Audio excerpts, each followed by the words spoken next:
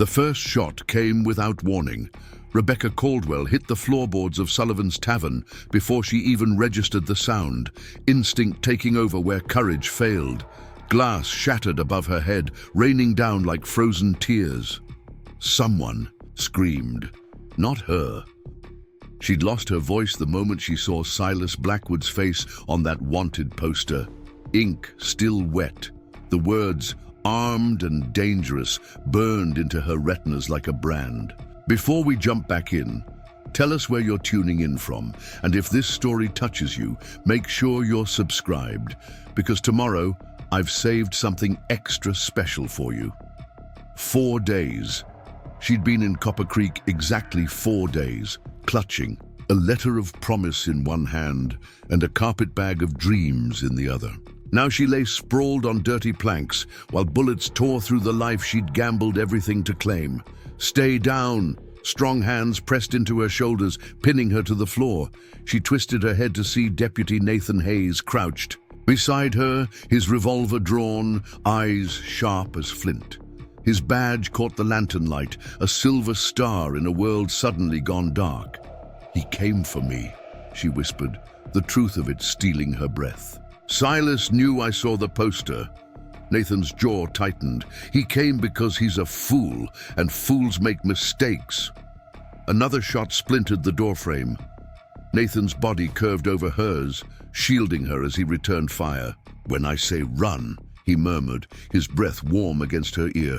"You run, Miss Caldwell, straight through the back door to my horse. Don't stop. Don't look back." She nodded once, her heart hammering against her ribs like a prisoner demanding release. Now! The Montana Territory winter bit harder than anything Rebecca had known back in Pennsylvania. 6 weeks on a rattling train, each mile stretching her small savings thinner, each day pulling her farther from the empty house she'd sold and the graves she'd tended for 3 lonely years. At 32, with no children and no prospects, she'd answered an advertisement in the matrimonial news like thousands of other women. But unlike most, she'd chosen the frontier, chosen a man who wanted a hardy wife for harsh country. Silas Blackwood had written with elegant penmanship about his cattle ranch outside Copper Creek. He'd described mountain views that stole the breath and promised a life of purpose, if not ease. His letters spoke of respect and partnership, not love, which suited Rebecca fine. Love had left her widowed and destitute after influenza swept through Pittsburgh. She wanted security, not sentiment. The station master had eyed her curiously when she stepped onto the platform at Copper Creek, snow swirling around her ankles, her woolen coat already inadequate against the biting wind. "You waiting on someone, ma'am?" he'd asked, voice tinged with concern, as the last passengers dispersed and the train pulled away in a cloud of steam. "Mr. Silas Blackwood," she'd answered confidently. "I'm to be his wife." The man's face had changed then, something shuddering behind his eyes. "Best wait inside," he'd said, gesturing to the station house.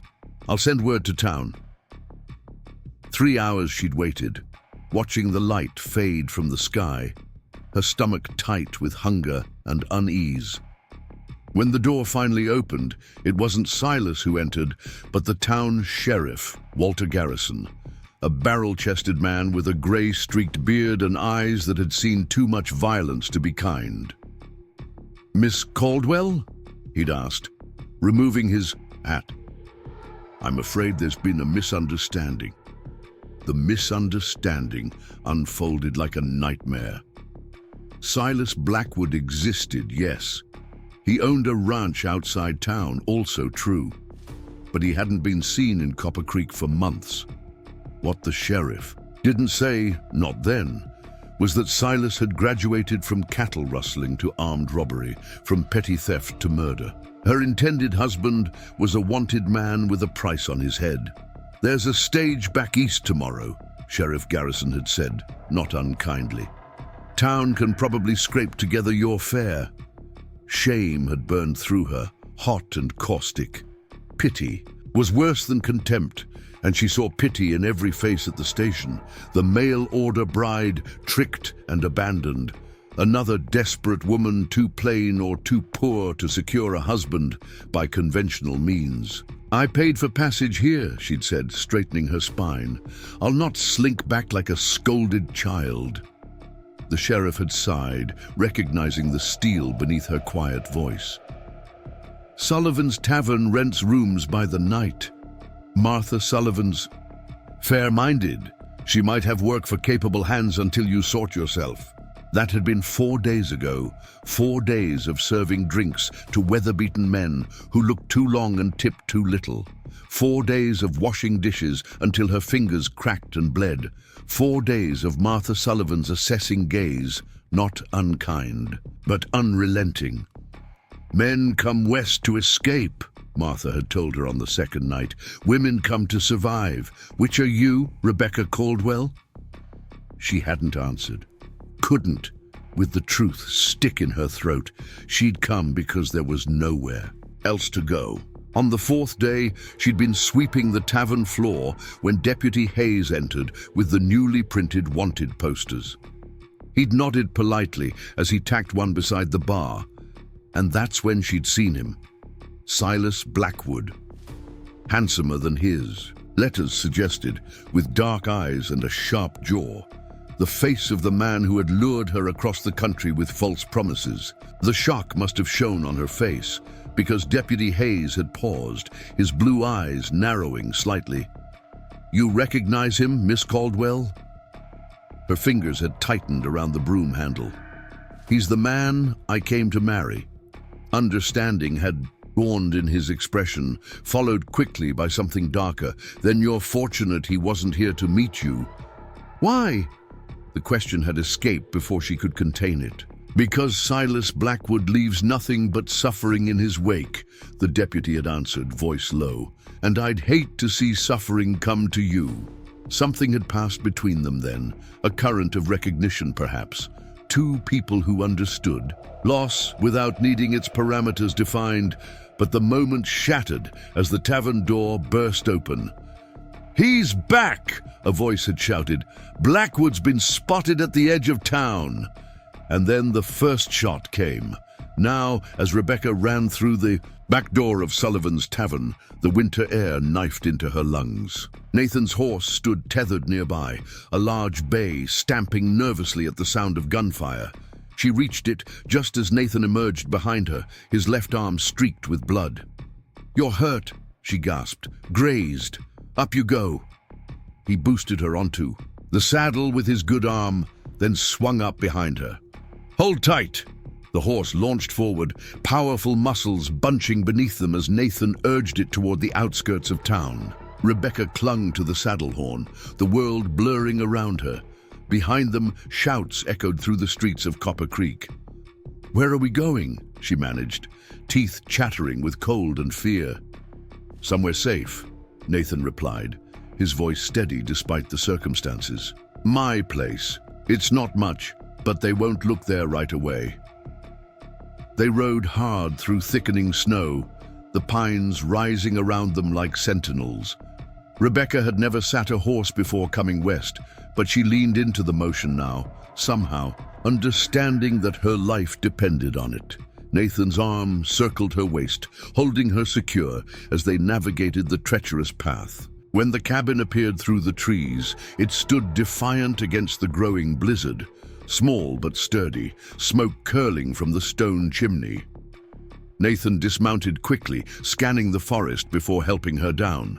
Her legs nearly buckled beneath her, numb from cold and the punishing ride. "Inside," he ordered, leading the horse to a lean-to stable attached to the cabin. Doors unlocked. Rebecca pushed open the heavy wooden door with trembling hands. Warmth enveloped her immediately, blessed, glorious warmth from a fire burning low in the hearth. The cabin consisted of one main room with a partition screening off what must be sleeping quarters. Simple furnishings, worn but clean. A table with 4 chairs, shelves lined with books, unexpected in a lawman's remote home. Before she could take in more details, the door opened again, and Nathan entered in a swirl of snow and cold air. He bolted the door behind him and moved to the window, peering out into the gathering darkness. "We weren't followed," he said finally, rolling his shoulders to release tension. "Storm's picking up. No one with sense will be tracking through that tonight." Now, in the warm light of the cabin, Rebecca could see the blood soaking his left sleeve. "You need that tended," she said, finding her voice at last. He glanced down, as if noticing the wound for the first time. "It'll keep." Preparing and narrating this story took us a lot of time, so if you are enjoying it, subscribe to our channel. It means a lot to us. Now back to the story. "It will not," she countered, surprising herself with the firmness in her tone. "Where do you keep clean cloths and water?" Something like amusement flickered across his face. "Pumps by the sink. Bandages in the trunk at the foot of my bed." She moved with purpose now, grateful for a concrete task to focus on, rather than the terror that threatened to consume her. The water was icy against her skin as she filled a basin. She found the trunk where he'd indicated and retrieved bandages and a small bottle of whiskey. When she returned, Nathan had removed his coat and was attempting to roll up his bloody sleeve, his movements stiff. "Let me," she said quietly. He hesitated, then relented, allowing her to cut away the fabric with the small scissors from her chatelaine. The wound beneath was an angry furrow across his upper arm, still oozing blood, but not deep enough to need stitching. "You're fortunate," she murmured, cleaning the gash with water, then whiskey. He hissed, but didn't pull away. "I've had worse. That doesn't make you fortunate, just careless." The words slipped out unbidden, surprising them both. Nathan's eyes met hers, something unreadable in their depths. "You sound like my late wife." Rebecca's hands stilled momentarily. "I didn't know you were widowed. 3 years now, childbed fever." His voice was carefully neutral, a man who had practiced speaking the unspeakable until it could be uttered without breaking. "I'm sorry," she said simply, wrapping clean linen around his arm. "My husband, Henry, died of influenza 3 years ago as well." Nathan nodded, a silent acknowledgement of shared experience. As Rebecca secured the bandage, a small sound from beyond the partition caught her attention, a whimper, quickly stifled. "Papa?" A child's voice thick with sleep and worry. Nathan's expression softened instantly. "It's all right, Lily. Go back to sleep." Too late. A small figure appeared around the partition, a girl of perhaps 10, with long brown braids and serious eyes. She wore a flannel nightgown and clutched a ragged doll to her chest. "You're bleeding," she accused, staring at the bandage Rebecca was tying. "Just a scratch," Nathan assured her. "Miss Caldwell is helping fix me up." The girl's gaze shifted to Rebecca, assessing her with a directness that belied her age. "Who are you?" "Rebecca Caldwell," she answered, meeting the child's stare evenly. "I'm sorry if we woke you." "You didn't. Matthew did. He kicked me." As if summoned by his name, a tousled head peered around the partition. A boy no more than 6, with his father's blue eyes and a smattering of freckles across his nose. "There's a lady," he announced unnecessarily, pointing at Rebecca. Nathan sighed, running his uninjured hand through his hair. "Yes, there is. Miss Caldwell will be staying with us for a little while." Both children regarded Rebecca with undisguised curiosity. She felt heat rise in her cheeks. The impropriety of her situation suddenly stark, an unmarried woman in a widower's home, miles from town with no chaperone. If she'd had any reputation left to salvage, this would have shredded it. "Why?" Lily demanded. "Because some bad men were looking for her in town," Nathan explained, his tone gentle but firm, "and it wasn't safe for her there." "Like when Mrs. Porter stayed with us after the flood?" Matthew asked, venturing further into the room. "Something like that," Nathan agreed. Now back to bed, both of you. It's late and I need to talk with Miss Caldwell. Are you hungry? Lily asked Rebecca, ignoring her father's directive. We have stew left over from supper. The unexpected kindness made Rebecca's throat tighten. I am, actually. Thank you. Lily nodded and moved to the stove, her movements practiced as she lifted the lid on a cast iron pot. Nathan watched his daughter with a mixture of exasperation and pride. She mothers everyone, he explained quietly, has since her own mother passed. It's a hard thing, Rebecca replied, for a child to learn such responsibilities so young. Something passed across Nathan's face. Recognition, perhaps, of understanding rarely offered. Yes, he said simply. It is. Matthew had clambered onto a chair at the table, still staring at Rebecca with unabashed interest. Do you know stories? He asked hopefully. Matthew, Nathan began. I do know some, Rebecca interrupted, offering the boy a small smile.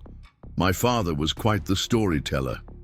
Can you tell one, please? Perhaps tomorrow, Nathan interjected firmly. Miss Caldwell has had a difficult day. Lily brought a bowl of stew to the table, steam rising from the simple meal of venison, potatoes, and carrots. It's not fancy, she apologized. It's perfect, Rebecca assured her, suddenly aware of the gnawing hunger in her stomach. She hadn't eaten since breakfast, and the events of the day had drained what little reserves she'd had. As she ate, Nathan settled the children back to bed with quiet words and gentle touches that spoke of a father who, despite his gruff exterior, loved deeply.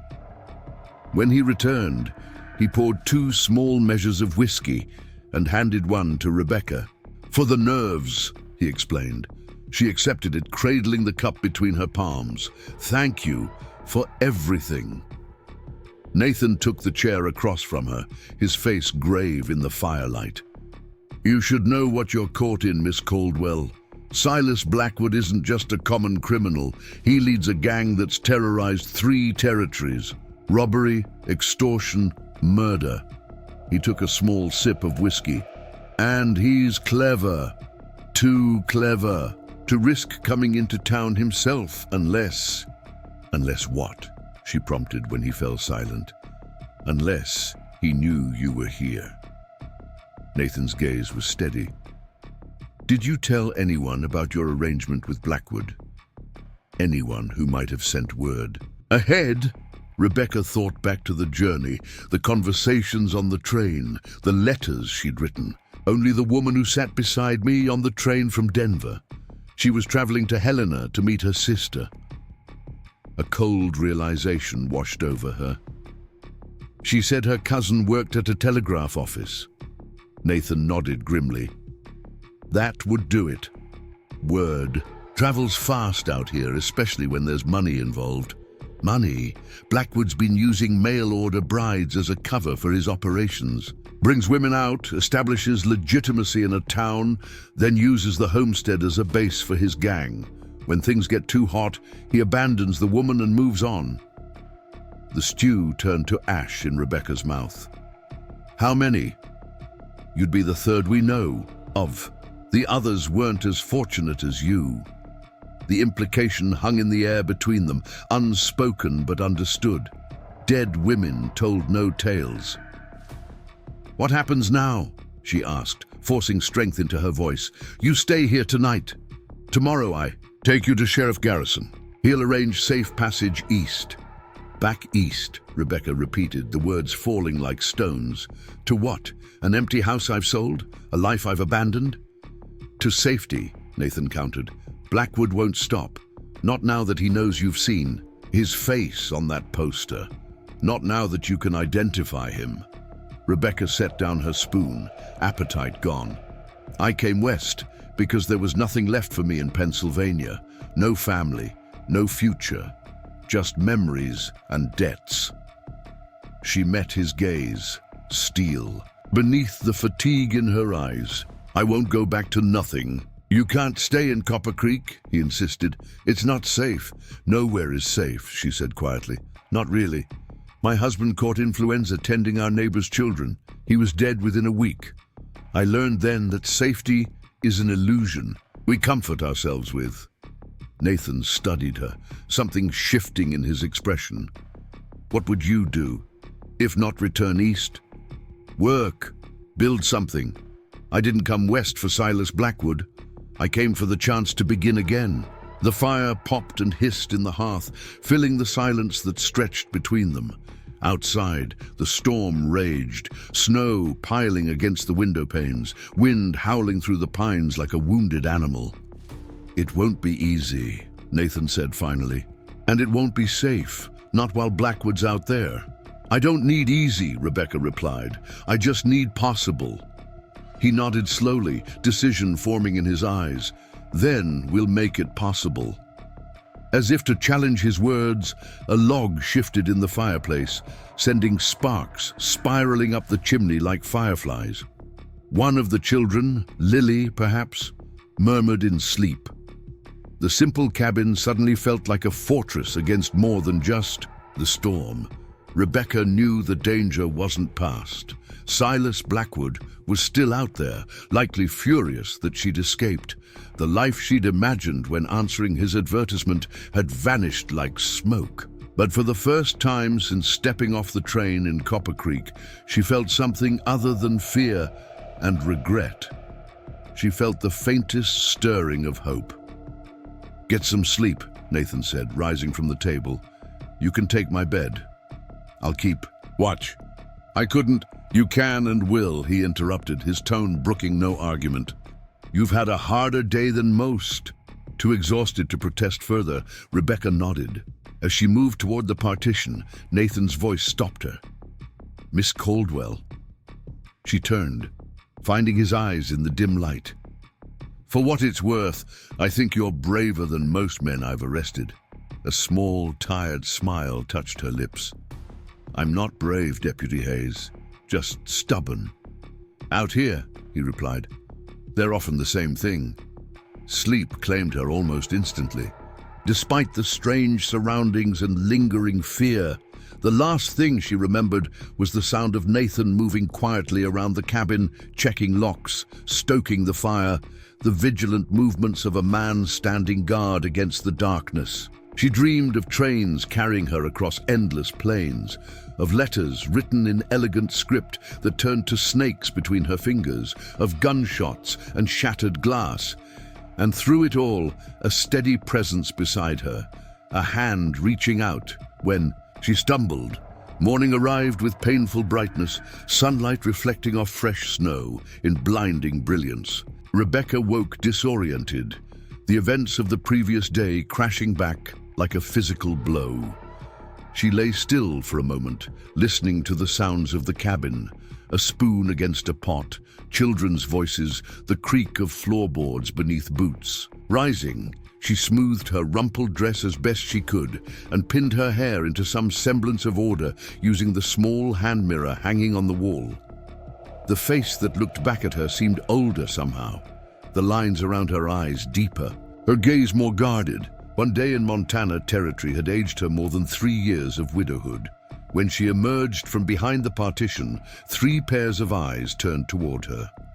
Nathan stood at the stove, stirring something that smelled of coffee and cinnamon. Lily sat at the table, mending a small shirt with neat, precise stitches. Matthew knelt by the window, nose pressed to the glass as he traced patterns in the frost. "Good morning," Nathan said, his voice carefully neutral. The bandage on his arm stood stark white against his blue shirt. "Morning," Rebecca replied, suddenly self-conscious. "I apologize for sleeping so late." "The sun's barely up," he countered, pouring coffee into a chipped mug and offering it to her. "And you needed the rest." Matthew abandoned his frost drawing to bound across the room.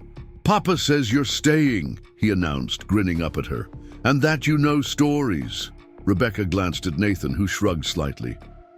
"I said you might stay a while," he clarified, "until we sort things out." "Can you sew?" Lily asked, holding up her mending. "This keeps puckering." "I can," Rebecca confirmed, grateful for the ordinary question amid such extraordinary circumstances. "I worked as a seamstress back east." Lily's expression brightened. "Could you show me how to make it lie flat?" "I'd be happy to." The domesticity of the moment struck Rebecca with unexpected force. The warmth of the cabin, children's questions, coffee in a chipped mug. For a breath, she could almost forget the danger that had driven her here. But reality intruded as Nathan set a plate of Johnny cakes before her. "We need to talk," he said quietly. "After breakfast." She nodded, understanding. The reprieve was temporary. The meal passed with surprising ease. Matthew chattered about a fox he'd spotted near the woodpile the previous week. Lily described the quilt she was planning for her doll. Nathan ate silently, but his eyes rarely left the window, vigilant even in this moment of apparent peace. When the children had cleared the dishes, protesting only minimally, Nathan sent them outside to check the chicken coop. "Stay within. In calling distance," he instructed, "and come straight back if you see anyone." Once they were alone, he leaned forward, arms braced on the table. "I've been thinking about your situation." "And?" Rebecca prompted when he didn't continue. "And I don't think Sheriff Garrison will agree to let you stay in Copper Creek." Her heart sank. "Because of the danger?" "Partly, but also because of appearances." Nathan's gaze was direct. A single woman with no family, no employment, and a connection to a wanted criminal. Towns talk, Miss Caldwell, and talk can be as dangerous as bullets in its own way. "I understand," she said, though the disappointment was bitter. "When will you take me to him?" "I won't." Nathan straightened. "Not yet, anyway. Not until we have a plan." Hope flickered, fragile as a candle flame. "What sort of plan?" "One that gives you legitimate reason to stay." He paused, seeming to choose his words carefully. "Dr. Porter, Abigail Porter. She's been looking for someone to help at the infirmary. She's the only doctor within 50 miles, and she's overwhelmed, especially with winter illnesses." "I'm not a nurse," Rebecca pointed out. "No, but you're educated. You can read, write, keep records. And you said you were a seamstress, means you have steady hands." He shrugged. "It's honest work, respected work." The offer hung between them, unexpected as a flower blooming in snow. "Why would you do this for me?" she asked finally. "You don't know me." "I know enough," Nathan replied. "I know you didn't break when life handed you sorrows that would shatter most. I know you came 2,000 miles on the strength of hope alone, and I know my children took to you faster than they have to anyone since their mother died." Rebecca swallowed hard against the emotion rising in her throat. "And Silas Blackwood?" "We'll deal with him," Nathan said, certainty in his voice. "He can't hide forever. Sooner or later he'll make a mistake. They all do. And until then, I just wait. Hope he forgets about me?" "No." Nathan's expression hardened. "Until then, you live. You work. You build the life you came west to find, and I keep you safe while you do it." The simplicity of it, the impossible, beautiful simplicity, left her wordless. Outside, Matthew's laugh rang out, bright as the sunlight on snow. Inside the cabin, something shifted, realigned, possibility taking root where before there had been only fear and flight. "All right," Rebecca said finally, her voice steady. "I'll speak with Dr. Porter." Nathan nodded, satisfaction in the gesture. "Good. We'll go tomorrow once I'm sure the way is clear. And tonight you're safe here." He rose, moving to check the window again, a man accustomed to vigilance. "And tomorrow, we begin making sure you stay that way." As he stood, silhouetted against the morning light, Rebecca realized what had been growing in her awareness since she'd awakened in this cabin. Deputy Nathan Hayes was not merely offering protection. He was offering something far rarer and more precious in the harsh Montana territory. He was offering her a chance to belong. The next morning brought fresh challenges. Rebecca woke before dawn, startled by unfamiliar sounds. A woodpecker hammering. At a distant tree, chickens clucking in their coop. The gentle creak of floorboards as Nathan moved about the cabin. For a moment, disorientation clouded her mind before memories of the previous day flooded back.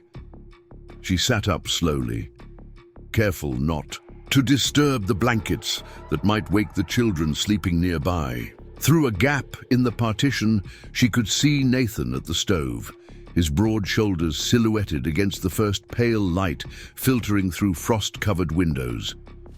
His movements were quiet, deliberate, a man accustomed to caring for others while they slept.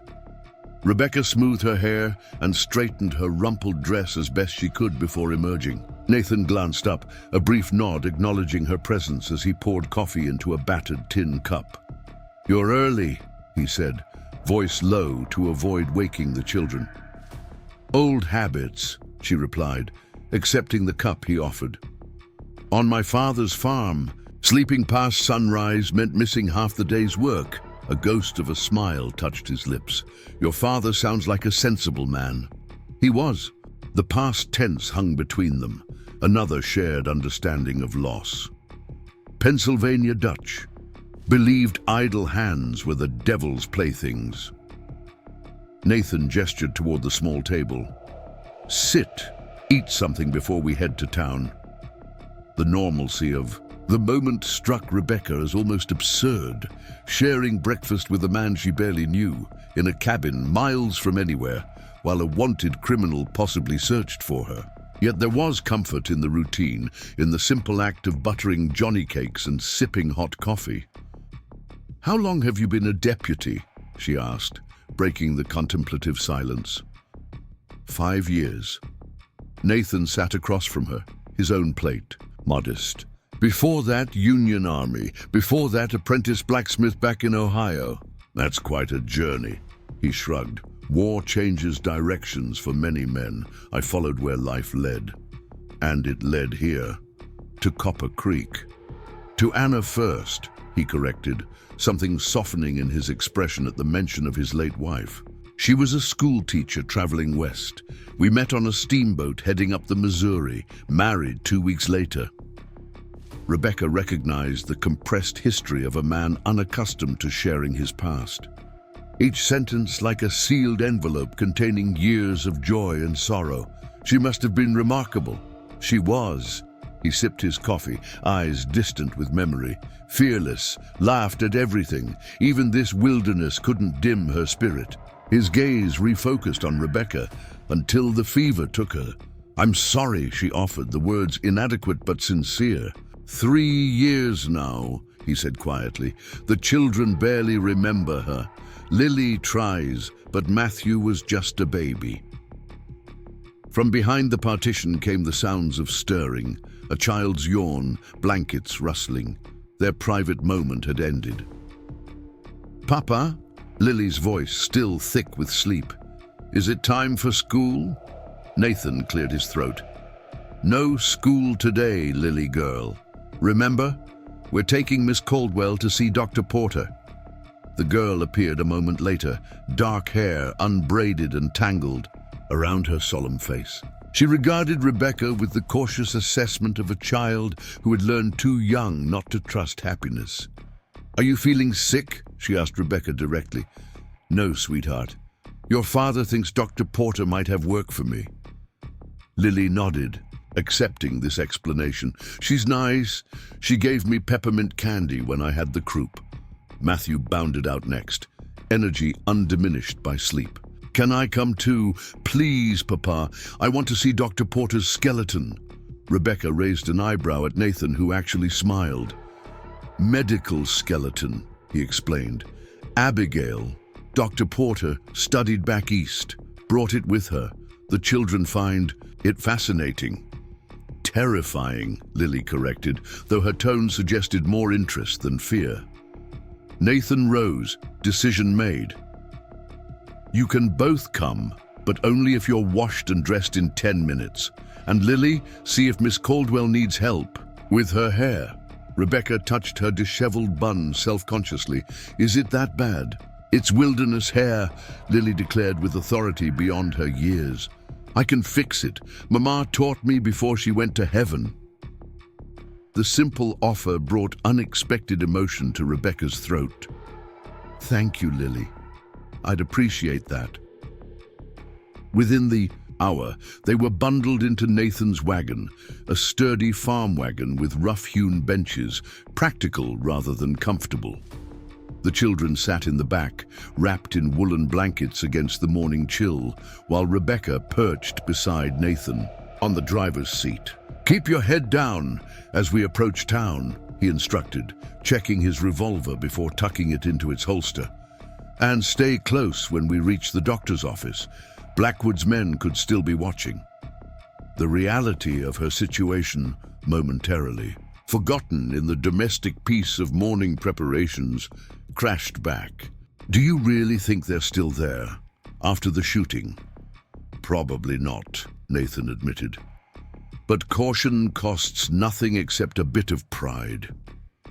The wagon lurched forward, iron-rimmed wheels crunching through fresh snow. The forest surrounded. Them, pine trees heavy with white, the morning sun casting long blue shadows across the pristine landscape. In another life, another time, Rebecca might have found the scene breathtaking. It's beautiful, she murmured, almost to herself. Nathan glanced sideways. It's deadly if you don't respect it, he countered. This country doesn't forgive mistakes. Few things worth having do, she replied. He studied her briefly before returning his attention to the trail. You're not what I expected, Rebecca Caldwell. No? The informal use of her first name didn't escape her notice. What did you expect from a mail-order bride desperate enough to travel 2,000 miles to marry a stranger? Someone broken, he said simply. Or someone false. And what am I instead? He considered this as the wagon crested a small rise, revealing the smoke from Copper Creek's chimneys in the distance. Resilient, he decided finally, like prairie grass that bends in the storm but doesn't break. The unexpected poetry from this taciturn man caught her off guard. You sound like you've known many such women. A few, he acknowledged. My mother, Anna, Dr. Porter, women who look gentle but have iron spines. He flicked the reins gently. They're the ones who truly tame the frontier. Rebecca fell silent, absorbing his words as they approached the outskirts of town. Nathan directed the wagon down a side street, avoiding the main thoroughfare where the previous day's violence had erupted. The children had grown quiet too, sensing the tension in their father's shoulders. They pulled up behind a modest clapboard building with a small sign reading, A. Porter, M.D. A secondary entrance faced the alley, partially concealed by stacked firewood. Wait here, Nathan instructed, setting the brake and jumping down. He scanned the area carefully before nodding. All clear. Children first, then you, Miss Caldwell. Rebecca helped Matthew and Lily from the wagon, then accepted Nathan's hand as she descended. His grip was firm, steady, his eyes constantly moving, watching for threats. He ushered them quickly to the back door and knocked. 3 short raps followed by 2 longer ones, a signal. The door opened immediately, revealing a woman in her 40s with steel-gray hair pulled into a practical bun and intelligent eyes that missed nothing. She wore a man's shirt beneath a blood-stained apron, her sleeves rolled to expose forearms corded with muscle. Nathan, she greeted, her voice surprisingly melodic. You're early, and you've brought company. Abigail, he replied with a respectful nod. This is Miss Rebecca Caldwell, the situation I mentioned in my note. Dr. Porter's shrewd gaze assessed Rebecca from head to toe, not unkindly, but thoroughly. Come in, all of you, quickly. They entered a small surgery, neat but cramped, with a wooden examination table centered beneath a skylight. Glass cabinets lined the walls, filled with bottles, instruments, and medical texts. In one corner stood the infamous skeleton, grinning vacantly at its visitors. "Matthew, Lily," Dr. Porter addressed the children with brisk affection. "There are fresh cookies in the kitchen, one each, mind you, and stay away from the front windows." The children needed no further encouragement, disappearing through a doorway with practiced ease. Once they were gone, Dr. Porter turned her full attention to Rebecca. "So you're Blackwood's intended," she stated bluntly. Rebecca straightened her spine. "I was. I am not anymore." A smile quirked the doctor's mouth. "Good answer. Nathan tells me you're educated, that you can read, write, and have steady hands." "Yes to all. I was a seamstress by trade." Dr. Porter circled Rebecca slowly, appraising. "Ever assist with medical procedures? Births? Setting bones? I helped deliver my sister's children, 3 of them, and I've stitched wounds before. My father's farm had its share of accidents." Dr. Porter nodded, apparently satisfied. "Can you stomach blood? Vomit? Worse things?" "I nursed my husband. Through influenza, doctor," Rebecca replied evenly. "There's little that would shock me." "Good. The West produces innovative ways to injure oneself daily." The older woman moved to a desk cluttered with papers and ledgers. "I need someone to maintain my records, prepare simples, clean instruments, and occasionally assist with procedures. The pay is poor, but there's a room above the surgery you can use." Rebecca blinked, surprised by the swift offer. "Just like that? You don't know me." "I know Nathan," Dr. Porter countered, glancing at the deputy. "He doesn't vouch for people lightly. And I know desperate situations, Miss Caldwell. I came west as a widow myself. After the war between the states left me with nothing but a medical degree no proper hospital would honor." The shared experience resonated. "When could I start?" "Immediately." Dr. Porter gestured to the chaos of her desk. "As you can see, organization isn't my strength, and with influenza season approaching, I'll have little time for paperwork." Nathan, who had been standing quietly by the door, cleared his throat. "There's the matter of security, Abigail. Blackwood might still be looking for her." Dr. Porter waved dismissively. "My patients come armed, Nathan, and I keep a shotgun behind the counter. Besides, few men are foolish enough to cause trouble. In a doctor's surgery, they never know when they might need my services." Rebecca found herself warming to this forthright woman. "I accept your offer, Doctor. Gratefully." "Good." Dr. Porter nodded decisively. "Nathan, help me show her the room upstairs. Miss Caldwell, we'll need to get you proper clothing. Those city dresses won't serve you here."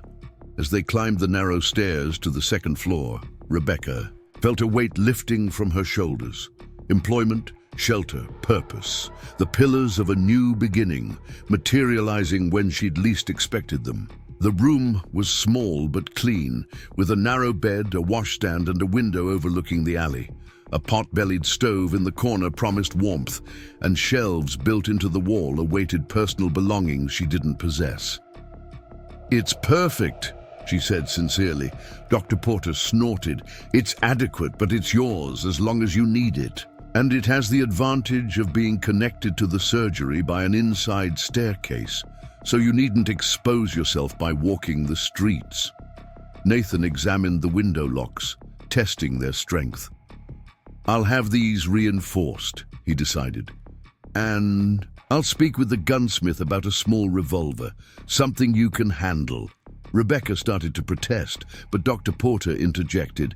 "He's right. Every woman in this territory should know how to shoot. It's practical, not alarmist."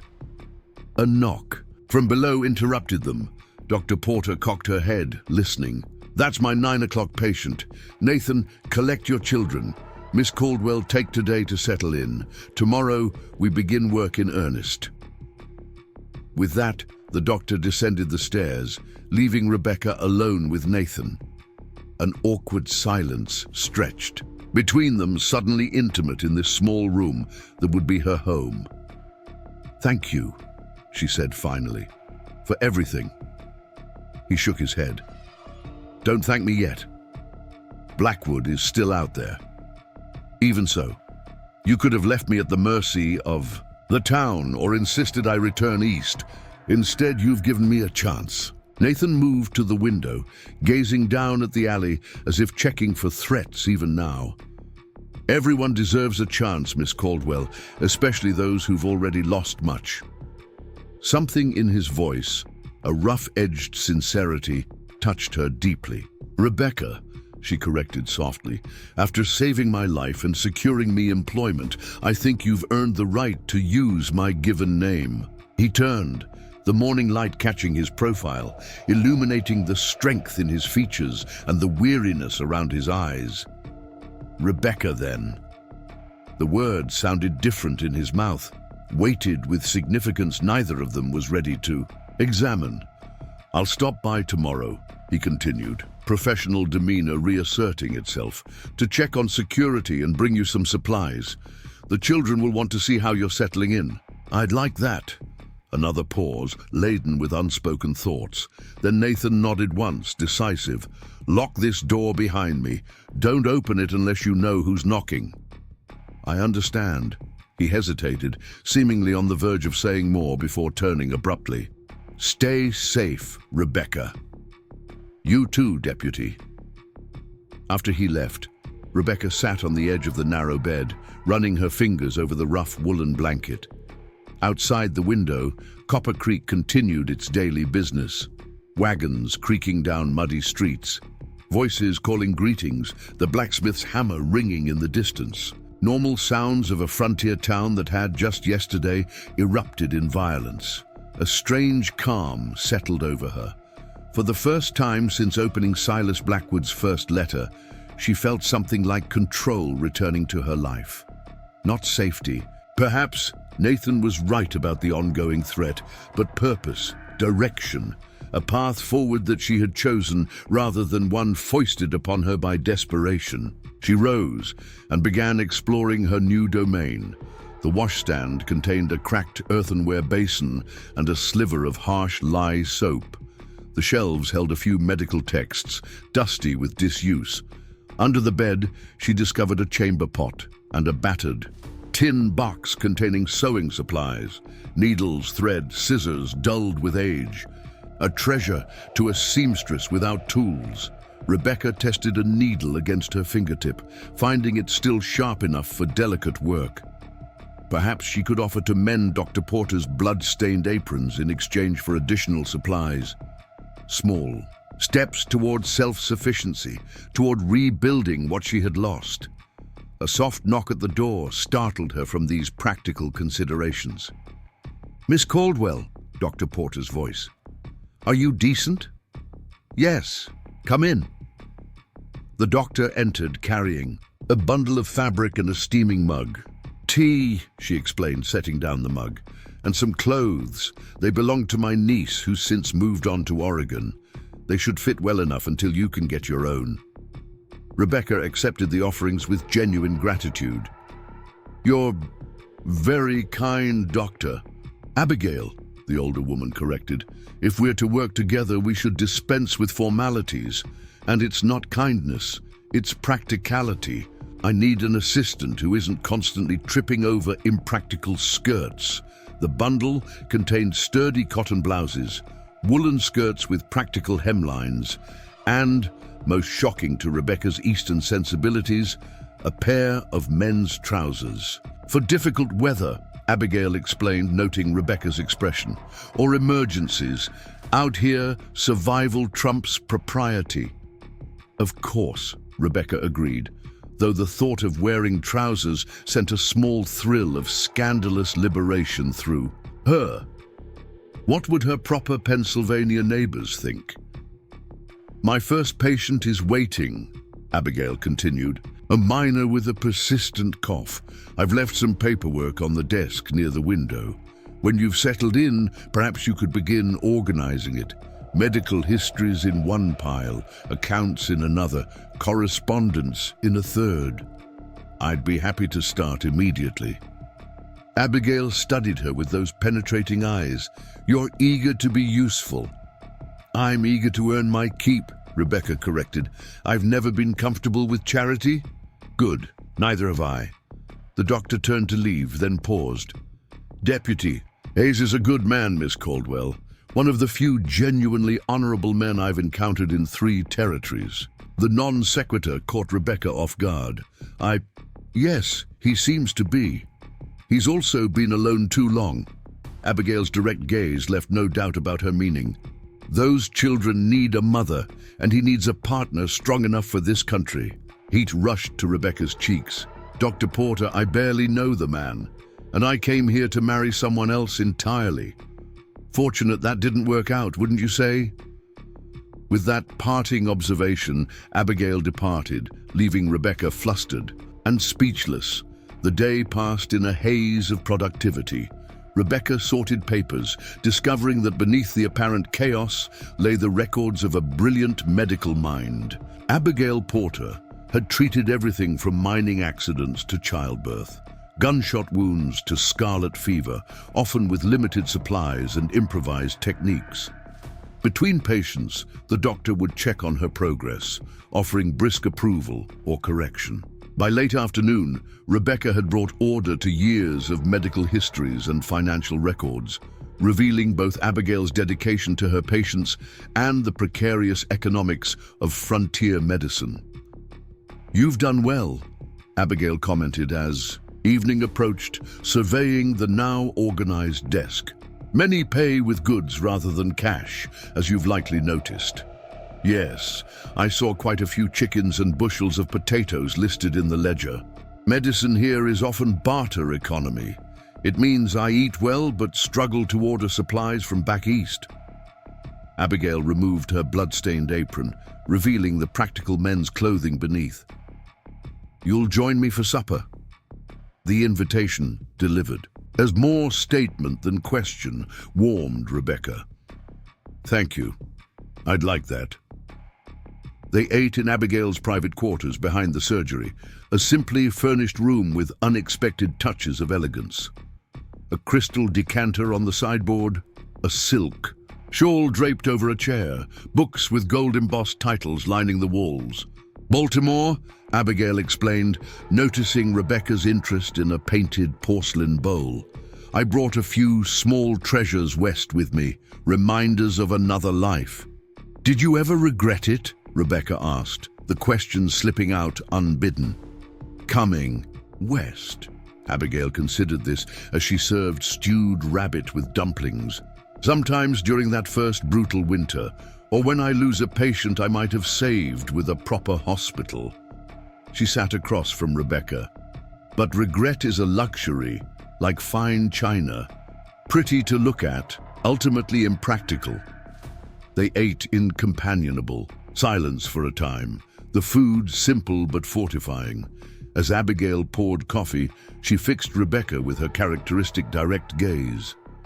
"Tell me about Silas Blackwood," she requested. "What did his letters say that convinced you to come?"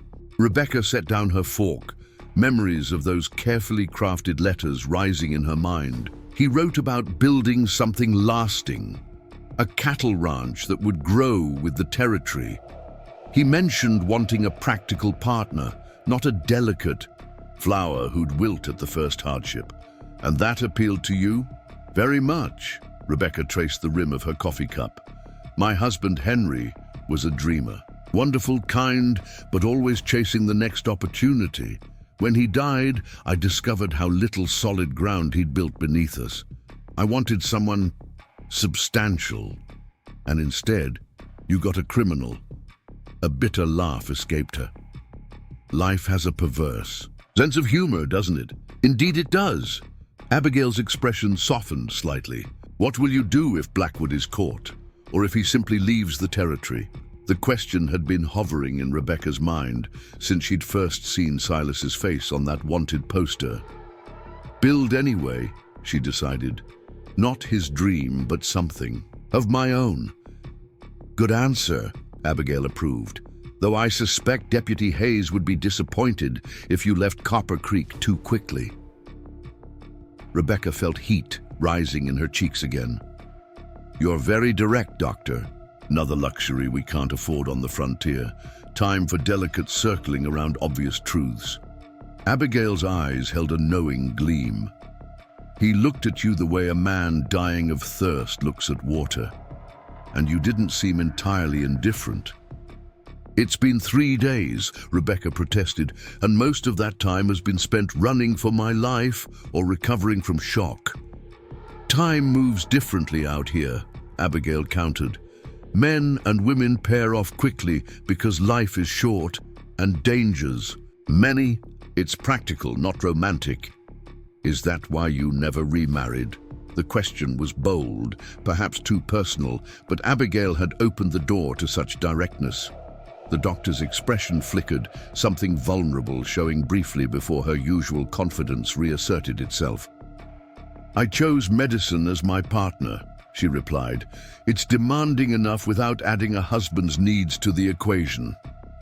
Before Rebecca could respond, a sharp knock at the surgery door interrupted them.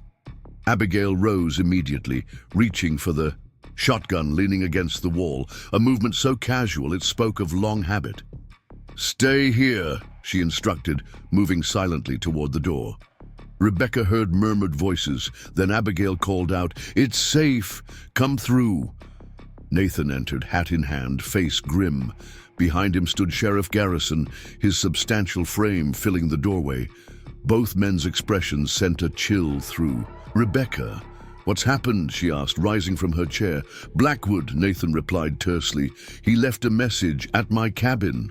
Horror washed through her. The children are safe, he assured her quickly. They were with Mrs. Sullivan in town all day. I found it when I went to retrieve them. Sheriff Garrison stepped forward. Miss Caldwell, we believe you're in more danger than we initially thought. Blackwood didn't just target you because you saw his poster. He has other reasons for wanting to find you. What reasons? Her voice sounded distant to her own ears. The men exchanged glances before Nathan spoke. The letter you received from him, the one that brought you west, do you still have it? Yes. Rebecca moved to the small reticule she'd managed to keep with her through everything. I kept all his letters. She withdrew a small packet bound with faded blue ribbon.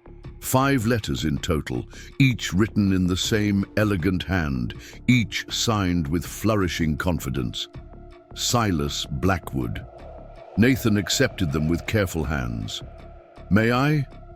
At her nod, he untied the ribbon and began reading, his expression darkening with each page. When he finished, he passed them to the sheriff, who scanned them quickly, his bushy eyebrows drawing together. These aren't just courtship letters, Nathan said finally. They're coded messages, instructions. Rebecca stared at him, uncomprehending. Instructions for what? For retrieving something he hid, Sheriff Garrison explained. Something valuable enough that he's willing to risk coming back to a town where he's known and wanted. But that's impossible, Rebecca protested. They're just letters about his ranch, his plans for the future. Nathan shook his head. Look, here, he pointed to a passage describing the property. My land lies where 3 creeks join beneath the shadow of a lightning-struck pine. 200 paces northwest stands a rock formation like a sleeping bear. That's not romantic description, Rebecca. Those are directions. And this, Garrison added, indicating another letter. Bring with you any mementos of your father's military service. I find such heritage meaningful and would display them proudly in our home. He wasn't asking about your family history. He was telling you to bring tools, specifically a shovel and perhaps a pry bar. The room seemed to tilt as Rebecca absorbed this revelation. He was using me all along? As a pack mule, Abigail said bluntly, reading over the sheriff's shoulder. Someone who could retrieve his hidden goods without arousing suspicion. A woman arriving to marry would be expected to visit her future home, to walk the property. What did he hide? Rebecca asked, a cold numbness spreading through her. Based on Blackwood's usual activities, likely stolen gold or currency, Nathan replied, "Too much to carry when he fled, but too valuable to abandon. And now he thinks I have it," she concluded, the full danger of her situation becoming clear, "or that I know where it is." "Yes," Nathan's expression was grim but resolute, "which means he won't stop looking for you." Sheriff Garrison refolded the letters carefully. "Miss Caldwell, I'm afraid staying in Copper Creek has become untenable. For your safety, I must insist you take the next eastbound stage." "No." The word escaped before she could consider its implications. "I won't be chased away. Not again." "Rebecca," Nathan began, his voice gentling, "this isn't about courage. Blackwood is dangerous, desperate, and now he believes you're standing between him and his fortune. All the more reason to find it first," she countered, an idea forming rapidly. "These letters contain directions, specific landmarks. If we can locate this cache before Blackwood returns in force, it would be evidence for his conviction." Sheriff Garrison acknowledged, stroking his beard thoughtfully, "and remove his primary motivation for pursuing you." "It's too dangerous," Nathan objected. "Blackwood or his men could be watching the property right now, which is why we'll need a diversion," Rebecca insisted, determination hardening within her. "Something to draw them away while we search." Abigail, who had been listening silently, stepped forward. "The girl has a point, gentlemen. Finding the cache first gives us leverage, and Miss Caldwell knows these letters better than anyone. She's corresponded with Blackwood for months." A tense silence filled the room as the men considered this argument. Finally, Sheriff Garrison sighed heavily. "I don't like it," he admitted, "but I like the alternative less. If we put Miss Caldwell on the stage, Blackwood might simply follow and ambush her where we can't protect her." Nathan's jaw tightened, conflict evident in his expression. If we attempt this, we do it with every precaution. Armed men, a solid plan, and at the first sign of trouble we retreat." "Agreed," Rebecca said quickly, before he could reconsider. The deputy's blue eyes met hers, concern warring with reluctant admiration. "You realize what you're proposing is extremely dangerous." "More dangerous than being hunted indefinitely," she countered. Something passed between them then, an understanding, a recognition of shared determination. Nathan nodded slowly, decision made. "Tomorrow," he said. "We'll need daylight and time to gather trustworthy men." He turned to the sheriff. "Johnson and Miller from the lumber camp. They're good shots and discreet." Garrison nodded. "I'll speak with them tonight, and we'll need to establish that diversion." Abigail moved to her desk, pulling out a map of the surrounding area. "Show me where this property is located," she requested. "I'm thinking a medical emergency might draw attention, perhaps at the opposite edge of town." As the others bent over the map, discussing strategy in low voices, Rebecca remained still, the full magnitude of tomorrow's plan settling over her. The numbered letters she had read and reread during those long train journeys west, memorizing phrases she had believed spoke of a shared future, had been nothing but calculated manipulation. Yet strangely, instead of despair, she felt a hardening resolve. Silas Blackwood had intended to use her as an unwitting accomplice. Now she would become his deliberate undoing. The West had already taken much from her, her security, her plans, her illusions, but it would not take her dignity or her newfound determination to forge her own path, whatever dangers lay ahead. Tomorrow would bring either answers or greater peril. Tonight she would prepare for both. Dawn arrived with a slate-grey sky and an icy wind that cut through Rebecca's borrowed clothes despite their practicality. She stood at the window of her small room above Dr. Porter's surgery, watching as the first tentative light revealed Copper Creek's muddy main street. A dog trotted purposefully past, followed by a bleary-eyed miner heading to an early shift. Otherwise, the town slept on, unaware of the day's dangerous plans. Rebecca had barely slept. The revelations about Silas's letters had kept her mind churning through possibilities and dangers. Each time she'd closed her eyes, she'd seen the elegant handwriting transforming into a map, a trap, a noose tightening around her neck. Yet beneath the fear lay a steely determination. She would not be a pawn in Silas Blackwood's schemes. A soft knock at her door startled her from these thoughts. "Rebecca," Abigail's voice, uncharacteristically subdued. "Are you awake?" "Yes, come in." The doctor entered carrying a tray with coffee and cornbread. She'd already dressed for the day in her practical trousers and flannel shirt. A heavy wool coat draped over one arm. "You should eat something, it may be a long day." Rebecca accepted the simple breakfast gratefully. "Have you heard anything from Nathan or the sheriff?" "Nathan stopped by at first light. The men are gathered at Garrison's office. They'll come for us within the hour." Abigail set down her coat and fixed Rebecca with a penetrating gaze. "Are you certain about this? There's no shame in changing your mind." Rebecca sipped the strong coffee, letting its warmth fortify her. "I'm certain. Silas Blackwood has taken enough from me. I won't let him take my future here as well." Abigail nodded approvingly. "Then you'll need this." She reached into her coat pocket and withdrew a small revolver, barely larger than her hand. Smith & Wesson pocket model, 5 shots, simple mechanism. "Nathan requested I give it to you." Rebecca stared at the weapon, its blued steel catching the morning light. She'd never held a gun before, let alone fired one. "I don't know how to use it." "Fortunately, it's not complicated." Abigail placed it in her hands. "Point the barrel away from yourself and anyone you don't intend to shoot. Pull the hammer back with your thumb until it clicks. Squeeze the trigger firmly. Aim for the center of the body. It's the largest target." The gun felt heavier than its small size suggested, weighted with lethal purpose. Rebecca turned it carefully in her hands, familiarizing herself with its contours. "Does it make me a coward to hope I won't need to use it?"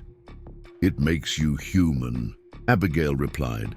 "I've patched up enough bullet wounds to know there's nothing glorious about shooting someone.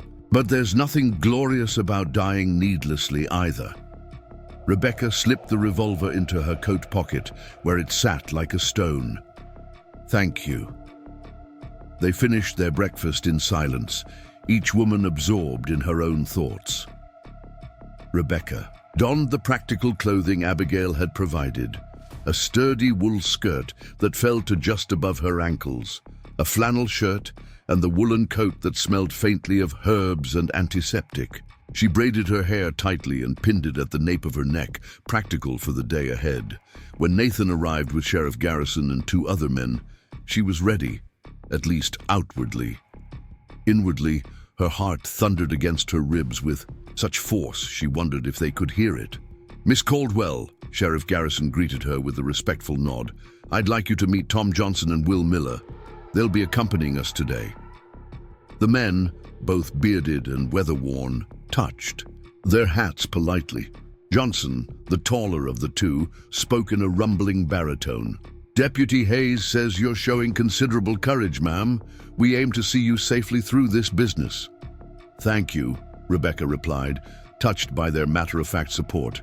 Her gaze shifted to Nathan, who stood slightly apart, his expression grave. The light from the window caught the badge on his chest, a reminder of his official role in this dangerous venture. "Has the diversion been arranged?" Abigail asked, all business as she gathered her medical bag. Sheriff Garrison nodded. "Martha Sullivan will spread word that a wealthy traveler has taken ill at her tavern, claimed symptoms of a gruesome nature that require immediate medical attention. Ensuring my conspicuous absence from town," Abigail concluded, "along with Deputy Hayes and yourself. Anyone watching will likely follow the commotion, which gives us a narrow window to search Blackwood's property," Nathan added. He turned to Rebecca. "We'll approach from the north using the tree line for cover. I need you to focus on identifying the landmarks from the letters.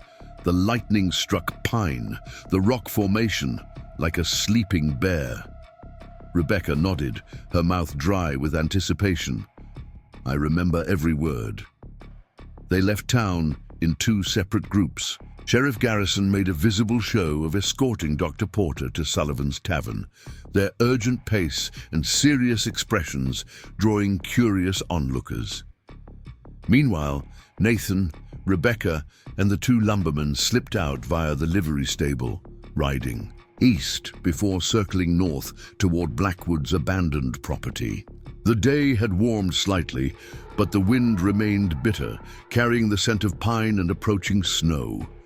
They rode in silence, each lost in thoughts of the task ahead. Nathan led their small party, occasionally glancing back to check on Rebecca, his blue eyes conveying concern without words. After an hour's hard riding, they crested a rise that revealed a valley below. A small cabin stood in a clearing, weathered gray by exposure and neglect. Beyond it stretched fenced pastures, empty of cattle, and a dilapidated barn listing to one side like a drunk against a wall. Blackwood's ranch, Nathan said quietly, reining in his horse, once legitimate before he turned to thieving. Rebecca surveyed the scene, matching it to the flowery descriptions from Silas's letters. It's smaller than he claimed. Men like Blackwood trade in illusions, Nathan replied. They make everything they touch seem grander than reality. They dismounted, in the shelter of the trees, tethering the horses securely. Johnson and Miller unsheathed rifles, checking mechanisms with practiced hands.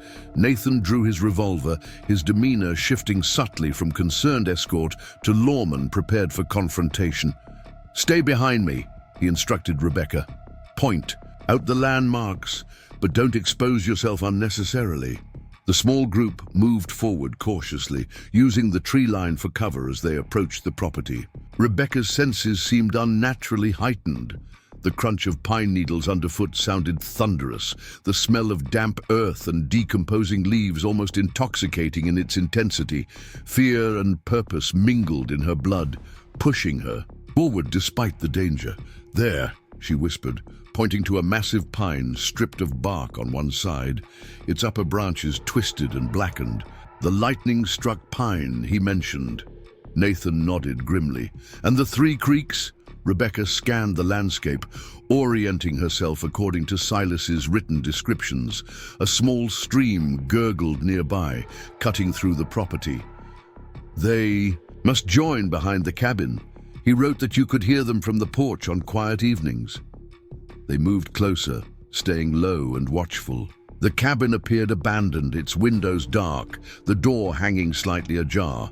No smoke rose from the chimney, no horses stood in the corral. The silence held a tension that made the back of Rebecca's neck prickle with unease. "I don't like this," Miller murmured. "Too quiet." Johnson nodded agreement. Like the whole valley's holding its breath. Nathan signaled them to stop at the edge of the clearing. "Johnson, circle around back. Miller, watch the approach from the east. Miss Caldwell and I will check the landmarks and look for signs of recent digging." The men moved off as directed, rifles ready. Nathan turned to Rebecca, his expression softening slightly despite the tension of the moment. "Stay close to me. If there's trouble, run for the trees. Don't stop, don't look back." She nodded, the weight of the small revolver in her pocket a cold comfort. Together, they advanced toward the lightning-struck pine, senses alert for any movement or sound that didn't belong to the natural world around them. When they reached the massive tree, Nathan examined the ground around its base. No signs of recent digging here. The letters said 200 paces northwest to a rock formation, like a sleeping bear, Rebecca recalled. "From this pine."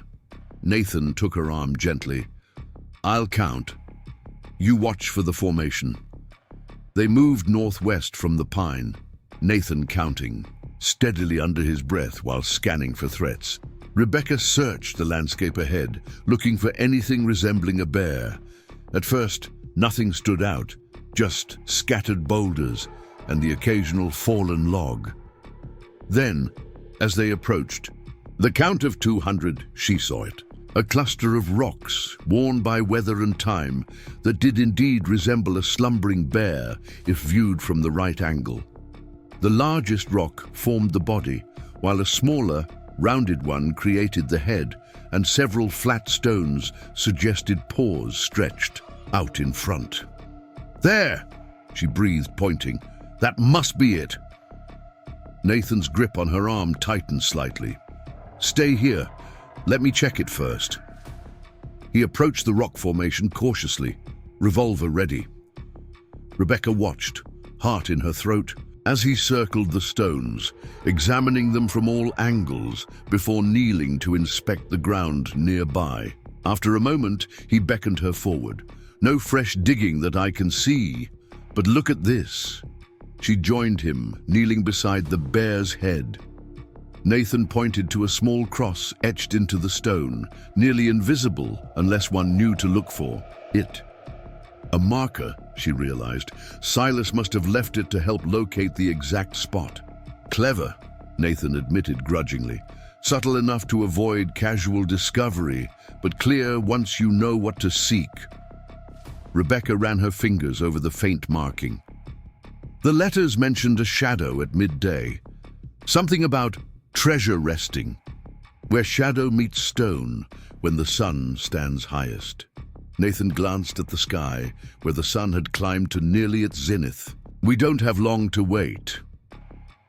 They settled into watchful silence, Nathan periodically scanning their surroundings while Rebecca studied the rock formation, mentally reciting passages from Silas's letters, searching for additional clues they might have overlooked.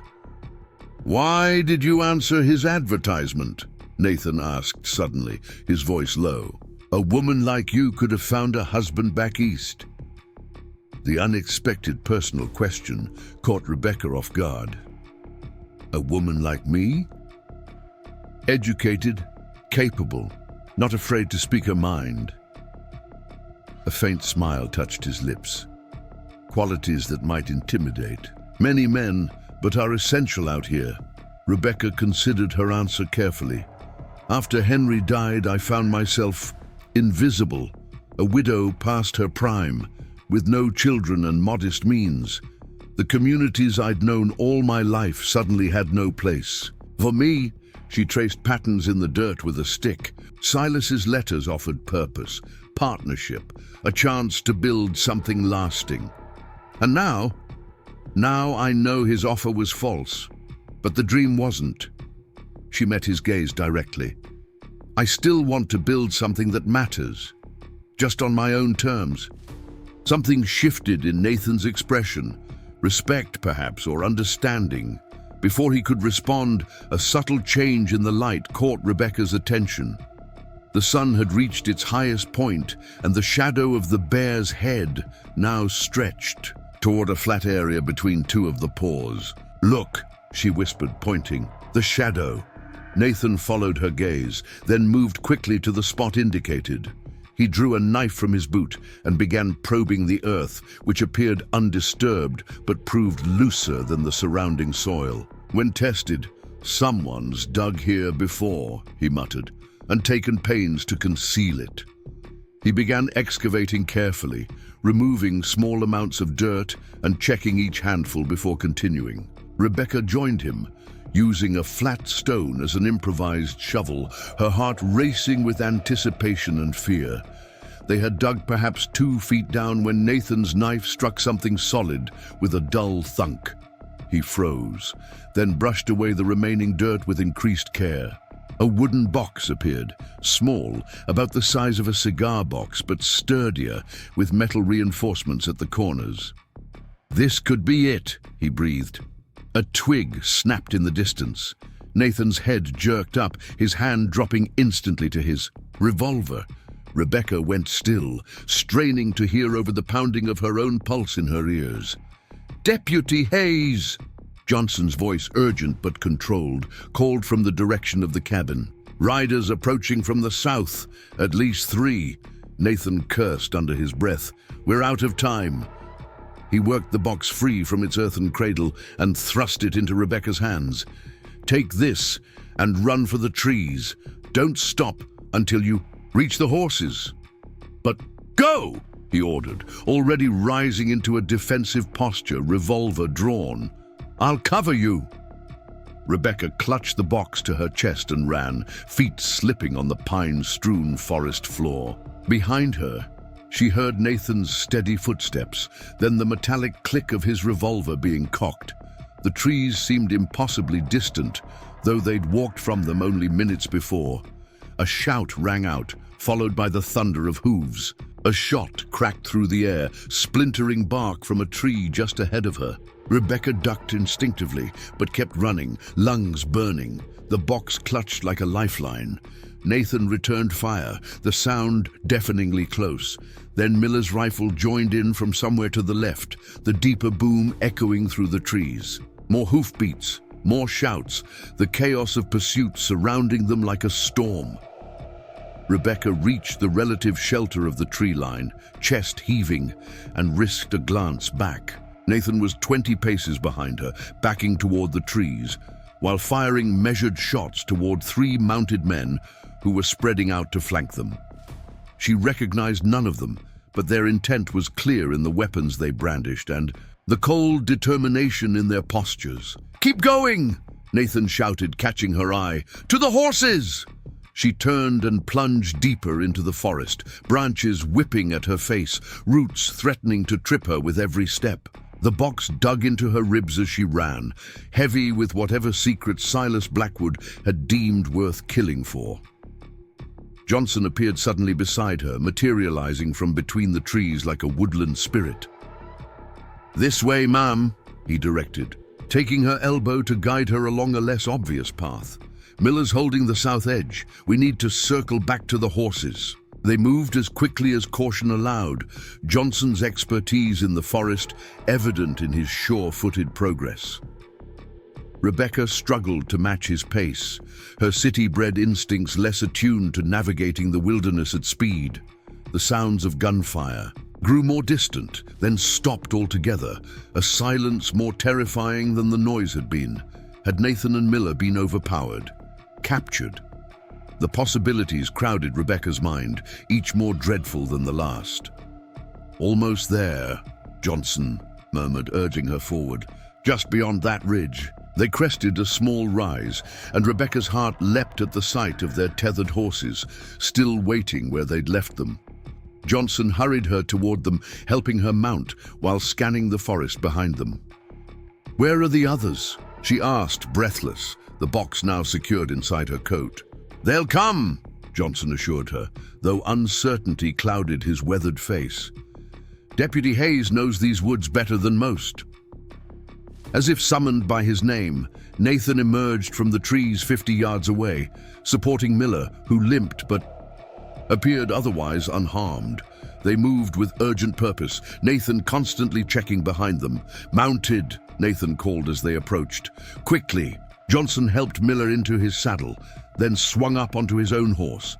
Nathan reached Rebecca, his face streaked with dirt and sweat, a fresh cut above his right eye oozing blood.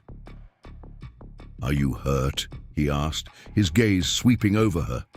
"No," she managed. "The box?"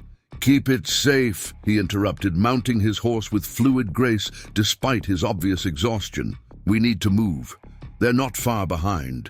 The small party spurred their horses forward, riding hard away from Blackwood's property. Instead of returning the way they had come, Nathan led them on a circuitous route through dense forest and shallow stream beds, clearly hoping to throw off pursuit. After an hour of hard riding, with no signs of followers, they slowed their pace to rest the laboring horses. Miller's leg had been grazed by a bullet, but wasn't seriously injured. Johnson had escaped unscathed.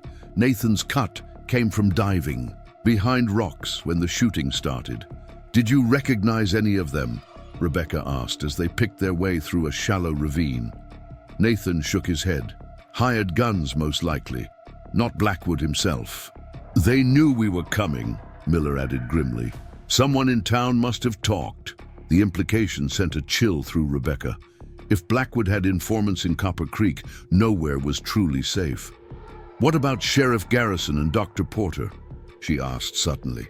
"If Blackwood's men knew about us, they might have realized the diversion was false." Nathan's expression darkened. "You're right. We need to get back to town." He urged his horse forward, the others following his lead. They emerged from the forest several miles east of Copper Creek, approaching the town from a direction unlikely to be watched. As the buildings came into view, Rebecca felt the weight of the box pressing against her ribs like an accusation. Whatever it contained had cost lives, shattered dreams, and now threatened the fragile new beginning she'd found. "We'll go to the sheriff's office first," Nathan decided. Through the back entrance. They left their horses at a small farm on the outskirts of town. The owner, a trusted friend of Johnson's, who asked no questions when they requested discretion. From there, they proceeded on foot, keeping to alleys and side streets, avoiding the main thoroughfare with its curious eyes and potential informants. The sheriff's office stood on a corner near the center of town, a solid building of timber and stone with barred windows and a stout oak door. Nathan led them around to a narrow entrance at the rear, used primarily to bring prisoners in without public spectacle. Inside, they found Sheriff Garrison at his desk, head bent over paperwork. He looked up sharply at their entrance, relief washing over his bearded face. "Thank God," he breathed, rising quickly. "We'd begun to fear the worst." "We ran into trouble," Nathan confirmed, securing the door behind them. "Blackwood's men! They knew we were coming." Garrison's expression darkened. "We suspected as much. Dr. Porter noticed two strangers watching Sullivan's Tavern, too interested in our little diversion to be casual observers." "Abigail?" Rebecca asked anxiously. "Is she safe?" Garrison assured her. "Currently tending a minor with a genuine broken arm at her surgery. She can maintain appearances with the best of them." Relief washed through Rebecca, followed immediately by renewed tension as Nathan gestured toward her coat. "We found something," he said quietly. "Show him, Rebecca." With trembling fingers, she withdrew the wooden box and placed it on the sheriff's desk. In the clear light of the office, she could see details that had escaped her during their frantic escape. Intricate carving around the edges, a small brass lock securing the lid.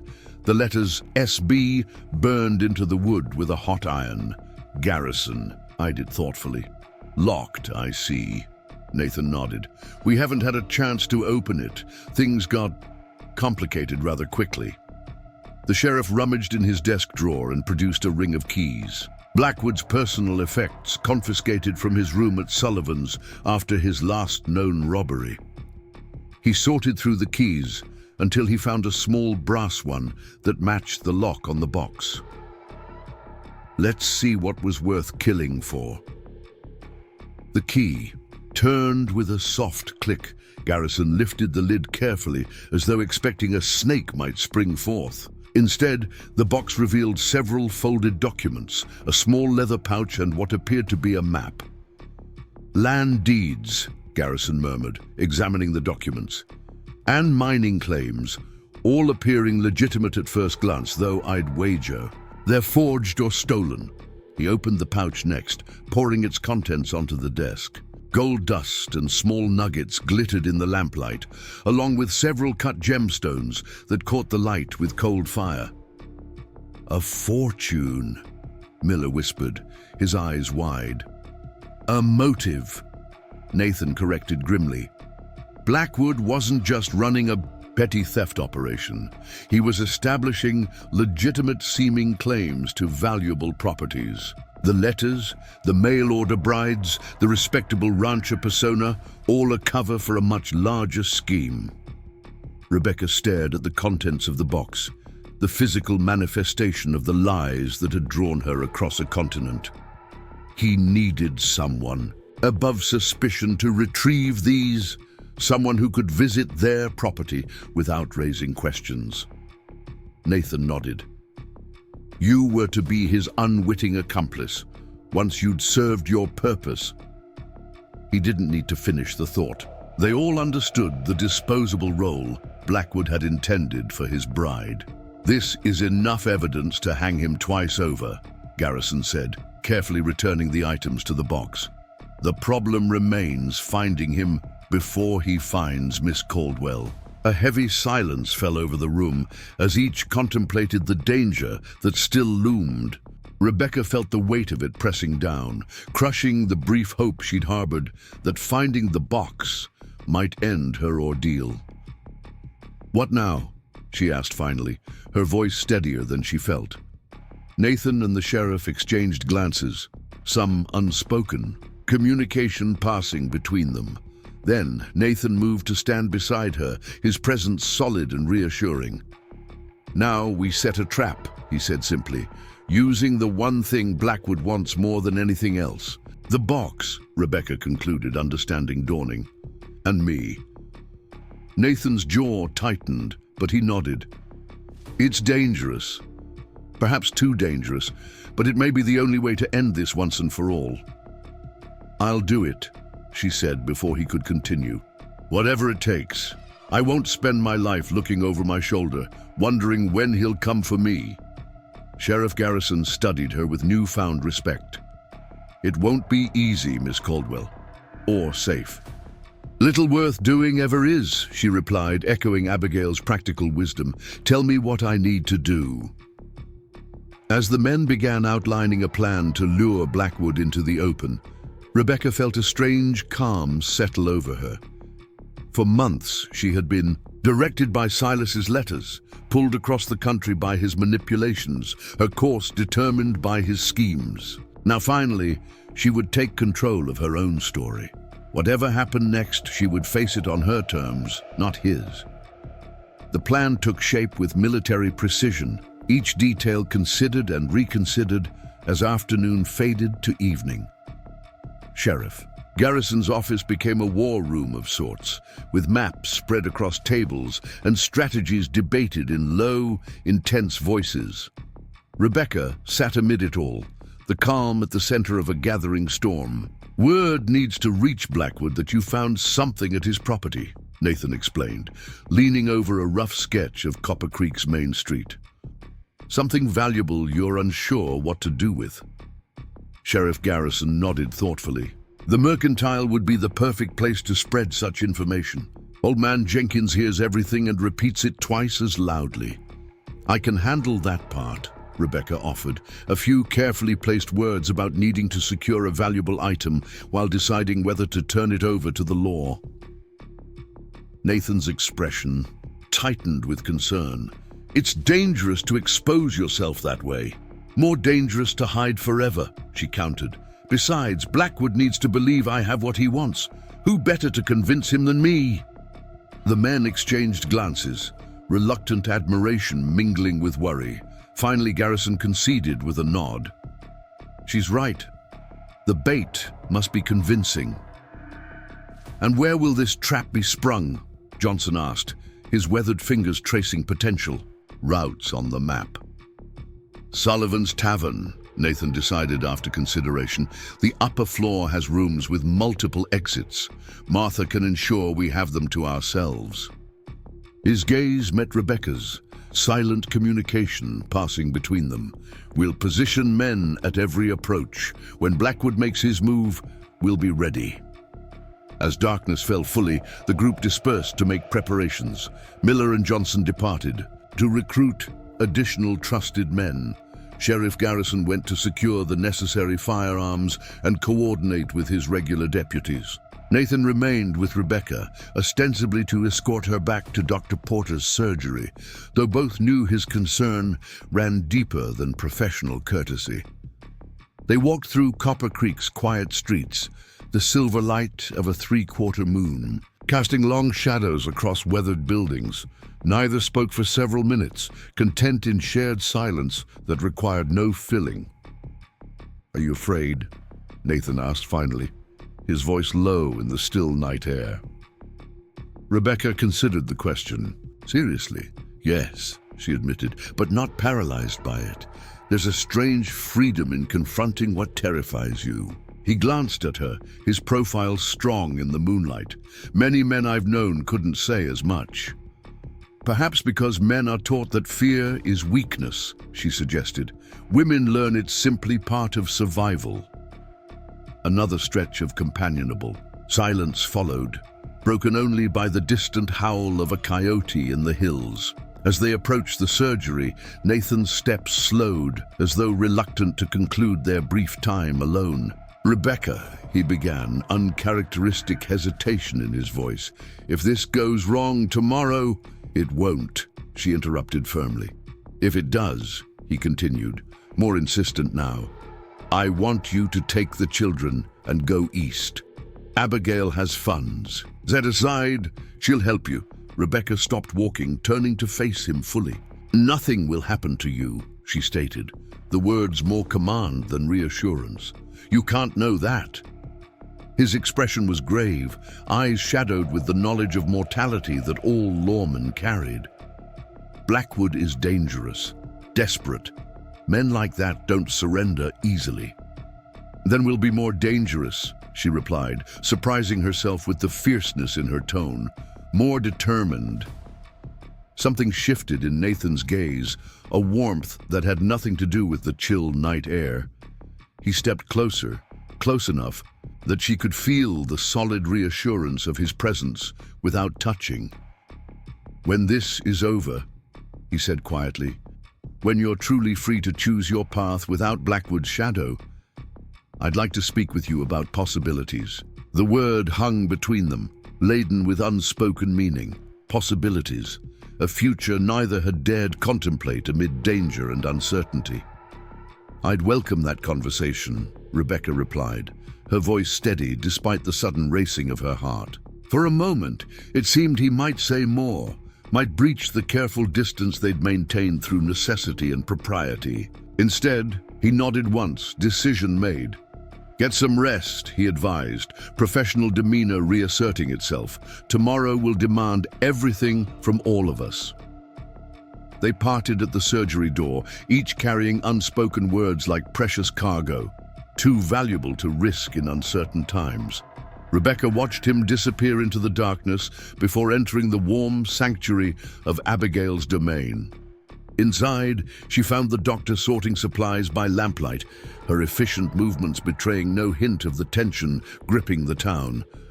Only when she looked up, her sharp eyes scanning Rebecca's face, did concern break through her pragmatic facade. "It's settled, then?" she asked without preamble. Rebecca nodded, removing her coat wearily. "Tomorrow, Sullivan's Tavern." Abigail set down the bandages she'd been organizing. "Dangerous game you're playing."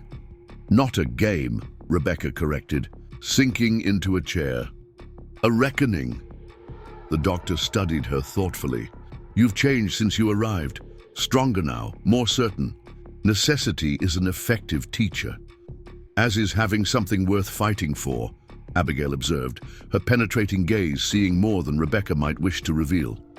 "Or someone."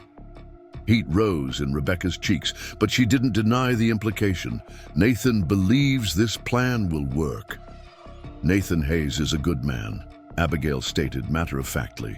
"One of the few genuinely honorable men I've encountered in 3 territories.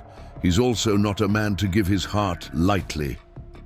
"We haven't discussed," Rebecca began, then stopped, unsure how to categorize what existed between them. "There's been no time for such considerations. Time is luxury out here," Abigail reminded her. "People recognize what matters quickly because tomorrow isn't guaranteed." She returned to her sorting with practical efficiency. "Get some sleep. I've prepared poultices and bandages just in case. I pray we won't need them." Sleep proved elusive despite Rebecca's exhaustion.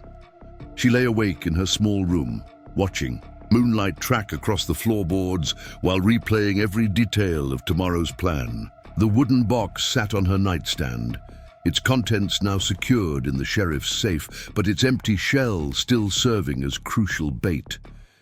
Each creak of the building, each distant voice from the street below, sparked her awareness anew. Dawn arrived. in pale washes of gold and rose, finding her already dressed and staring out the window at Copper Creek's awakening streets. Today, somewhere in this small frontier town, Silas Blackwood would come for her. The thought should have terrified her. Instead, it hardened her resolve like steel beneath a blacksmith's hammer. Abigail knocked once before entering, carrying coffee and bread still warm from the baker's ovens. "Eat," she commanded. "You'll need your strength." Rebecca accepted the simple breakfast gratefully. "Thank you for everything. Save your gratitude for when this is finished," Abigail replied practically, though affection softened her tone. "Nathan stopped by at first light. Everything is in place. He'll meet you at the Mercantile at 10 o'clock, as planned." The morning passed with excruciating slowness. Rebecca helped Abigail prepare remedies, her fingers working automatically while her mind remained fixed on the coming confrontation. At precisely 9:45, she donned her coat, tucked the empty wooden box securely beneath one arm, and bid the doctor farewell. "Be careful," Abigail said, uncharacteristic emotion breaking through her practical demeanor. "I've grown rather accustomed to having you here." Rebecca summoned a smile. "I've grown rather accustomed to being here." The walk to Jenkins' Mercantile took her through the heart of Copper Creek. Townspeople nodded greetings, some with genuine warmth, others with the wary curiosity reserved for outsiders. Rebecca held the box prominently, ensuring it was visible to all who passed. By the time she reached the Mercantile, she could feel curious eyes following her movements, exactly as planned. Inside, the store bustled with morning shoppers. Mr. Jenkins himself stood behind the counter, his spectacles perched precariously on his bulbous nose as he measured flour for Mrs. Miller, the blacksmith's wife. Rebecca positioned herself near the dry goods, deliberately within earshot of several of the town's most notorious gossips. When Nathan entered precisely at 10, she allowed relief to wash visibly over her features. "Deputy Hayes," she called, louder than necessary. "I'm so glad you're here. I've been worried about keeping this safe." The curious murmurs began immediately, just as the sheriff had predicted. Nathan played his role perfectly, his expression concerned as he approached. "Miss Caldwell," he greeted formally. "You mentioned something about a valuable item?" Rebecca held up the box, ensuring everyone nearby could see it clearly. "I found this at Mr. Blackwood's property yesterday. I'm not sure what to do with it." By now, all pretense of shopping had ceased among those nearby. Every ear strained to catch the exchange, every eye fixed on the mysterious box. "Perhaps we should discuss this somewhere more private," Nathan suggested, his tone deliberately hesitant. "The contents could be significant." "I was thinking of keeping it at Sullivan's Tavern," Rebecca replied, her voice carrying easily through the now silent store. "In my room there, until I decide whether to turn it over to the law or—" She let the sentence hang tantalizingly, incomplete. "Miss Caldwell," Nathan cautioned, playing his part masterfully, "whatever Blackwood left behind could be dangerous to possess. But if it's rightfully mine, as his intended bride," she countered, "shouldn't I have some claim to it?" The whispers erupted instantly, speculation racing through the Mercantile like wildfire. Mr. Jenkins himself abandoned all pretense of work, leaning forward across his counter with undisguised interest. "I'll escort you to Sullivan's," Nathan said, offering his arm with formal propriety that belied the tension in his shoulders. "We can discuss the legal implications there." They exited the Mercantile amid a buzz of excited conversation. Neither spoke until they were halfway to the tavern, well out of earshot of any lingering eavesdroppers. "Well done," Nathan murmured, his voice low. "Jenkins will have spread that story to half the town before noon." "And the other half by supper," Rebecca agreed, clutching the empty box with convincing protectiveness. Do you think it will reach Blackwood? If he has informants. In town, absolutely. Nathan's eyes constantly scanned their surroundings, his body positioned slightly ahead of hers, protective even in this moment of calculated exposure. Sheriff Garrison believes we'll see movement by nightfall. Sullivan's Tavern appeared ahead, its weathered sign creaking in the morning breeze. Martha Sullivan herself awaited them at the door, her sharp eyes taking in the box and their tense postures with quick understanding. All prepared upstairs, she informed them in hushed tones as they entered. Room at the end of the hall, with the connecting door to the storage room left unlocked. 2 men already positioned as requested. "Thank you, Martha," Nathan replied. "Anyone suspicious been asking questions?" "Not yet," she confirmed, "but Jenkins' boy came running in not 10 minutes ago, full of news about Miss Caldwell's mysterious box. Word is spreading exactly as planned."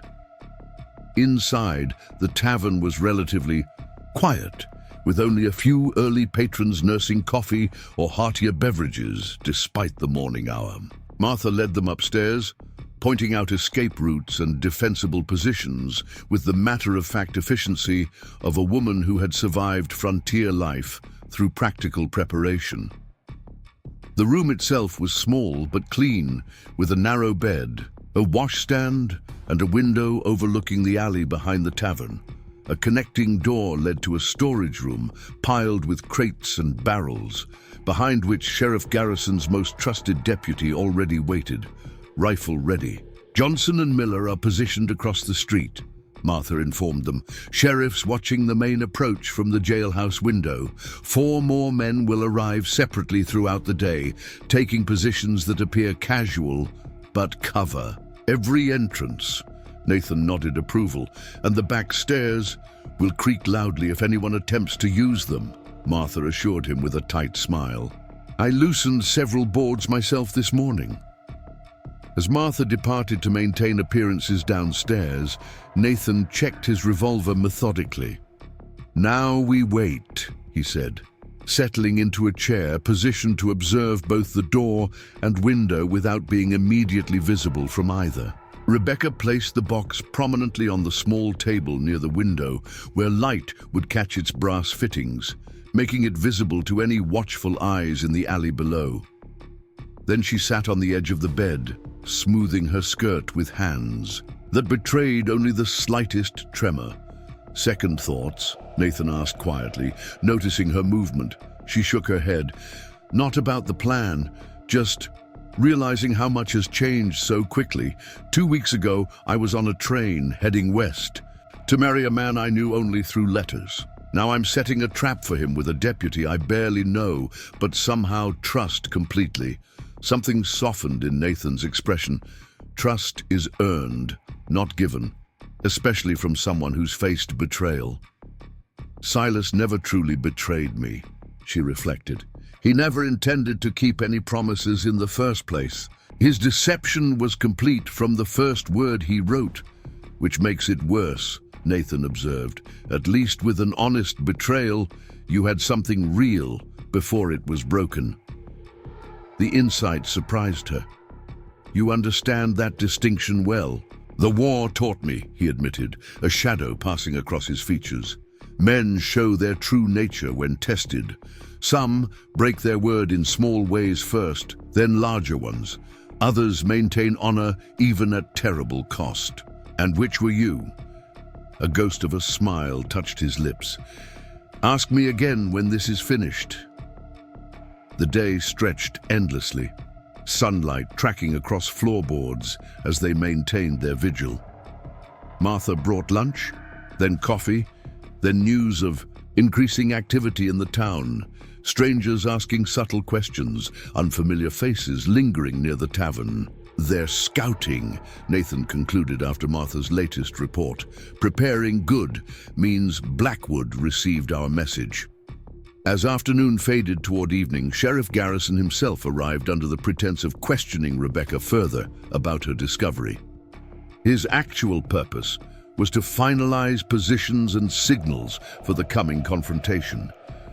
Johnson spotted two known associates of Blackwood's at the livery. He informed them in hushed tones, asking about horses left there yesterday. And Martha reports 3 men took rooms here about an hour ago. Claim to be cattle buyers, but their hands have never known ranch work. Nathan nodded grimly. He'll come himself. A man like Blackwood wouldn't trust anyone else with whatever's in that box. The only question is when. After dark, Garrison predicted. When the tavern's busy enough to provide cover, but not so crowded as to complicate matters. Between 8 and 10, then, Nathan concluded. He turned to Rebecca. Last chance to reconsider your role in this. You could leave now, stay with Abigail while we handle Blackwood. The suggestion, though born of concern, sparked an unexpected flare of irritation. This began with me, she said firmly. It ends with me present. I won't hide while others face danger on my behalf. The men exchanged glances, some silent communication passing between them. Finally, Sheriff Garrison sighed heavily. Very well, Miss Caldwell, but at the first sign of trouble, I know, she interrupted. Stay low, seek cover, use the connecting door if necessary. She patted her pocket where the small revolver rested, and this only as a last resort.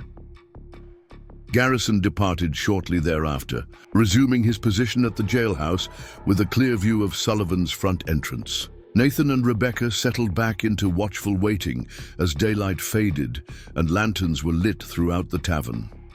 The noise from downstairs increased steadily.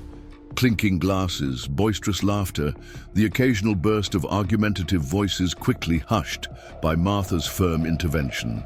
Evening had arrived, bringing with it the tavern's regular clientele, along with the less familiar faces noted by the sheriff's men. Rebecca found herself oddly calm as the critical hour approached. The initial fear had burned away, leaving behind a clarity of purpose that steadied her hands and sharpened her senses. She was no longer the abandoned bride, the victim of cruel circumstances. She had chosen this confrontation, helped plan it, would see it through to whatever end awaited. You should stand by the window, Nathan suggested as the clock downstairs chimed 8. Make sure the box is visible. Appear to be examining its contents. She complied, moving to the small table and opening the empty box with convincing interest. From this position, she could see down into the alley, where shadows pooled beneath. The tavern's rear staircase. Nothing moved there yet, but she felt the weight of watching eyes nonetheless. Someone's out there, she murmured without turning her head. I can feel it. Nathan shifted slightly in his chair, angling for a better view of the door while remaining mostly concealed. Trust your instincts, he advised quietly. They've served you well so far. The minutes crawled by, marked only by the steadily increasing noise from the tavern below and the occasional creak of floorboards as Nathan adjusted his position. 9 o'clock came and went, then past. Rebecca maintained her position by the window, though her back ached from the prolonged tension. At 10:15, a distinctive pattern of footsteps sounded on the main staircase. Martha's signal that someone suspicious was approaching. Nathan straightened, revolver ready but concealed against his leg. Rebecca didn't move, remaining by the window with the box open before her, the perfect target. The footsteps stopped outside their door. Silence stretched for 3 heartbeats, then 4. Then a knock, polite, almost tentative. Miss Caldwell? A male voice, smooth as honey and just as false. I believe you have something of mine. Rebecca's breath caught in her throat. Though she had never heard it before, she recognized the voice instantly from the cadence, the peculiar emphasis on certain syllables that matched exactly the rhythm of his written words. Silas Blackwood had arrived. She glanced at Nathan, who nodded almost imperceptibly, his body coiled with tension. Their trap was sprung. Now they would see if it held. Who's there? She called, infusing her voice with just the right note of nervous uncertainty. An interested party, the voice replied, regarding the item you found on my property. "Mr. Blackwood?" she asked, feigning surprise. "Is that you?" A soft chuckle from beyond the door, confident and chilling. "Indeed, my dear. I believe we had an appointment to meet under different circumstances, but fate intervened." "They say you're a wanted man," she replied, moving away from the window toward the center of the room as planned. "That you've done terrible things." "Exaggerations and misunderstandings," he dismissed smoothly. "Might I come in? This conversation would be better conducted in private." Nathan had risen silently, positioning himself behind the door, revolver ready. He caught Rebecca's eye and nodded once.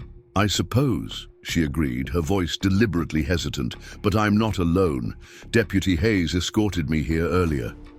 "The good deputy appeared quite occupied downstairs when I passed through," Blackwood replied, a smirk evident in his tone. "Something about a disagreement between minors requiring his attention."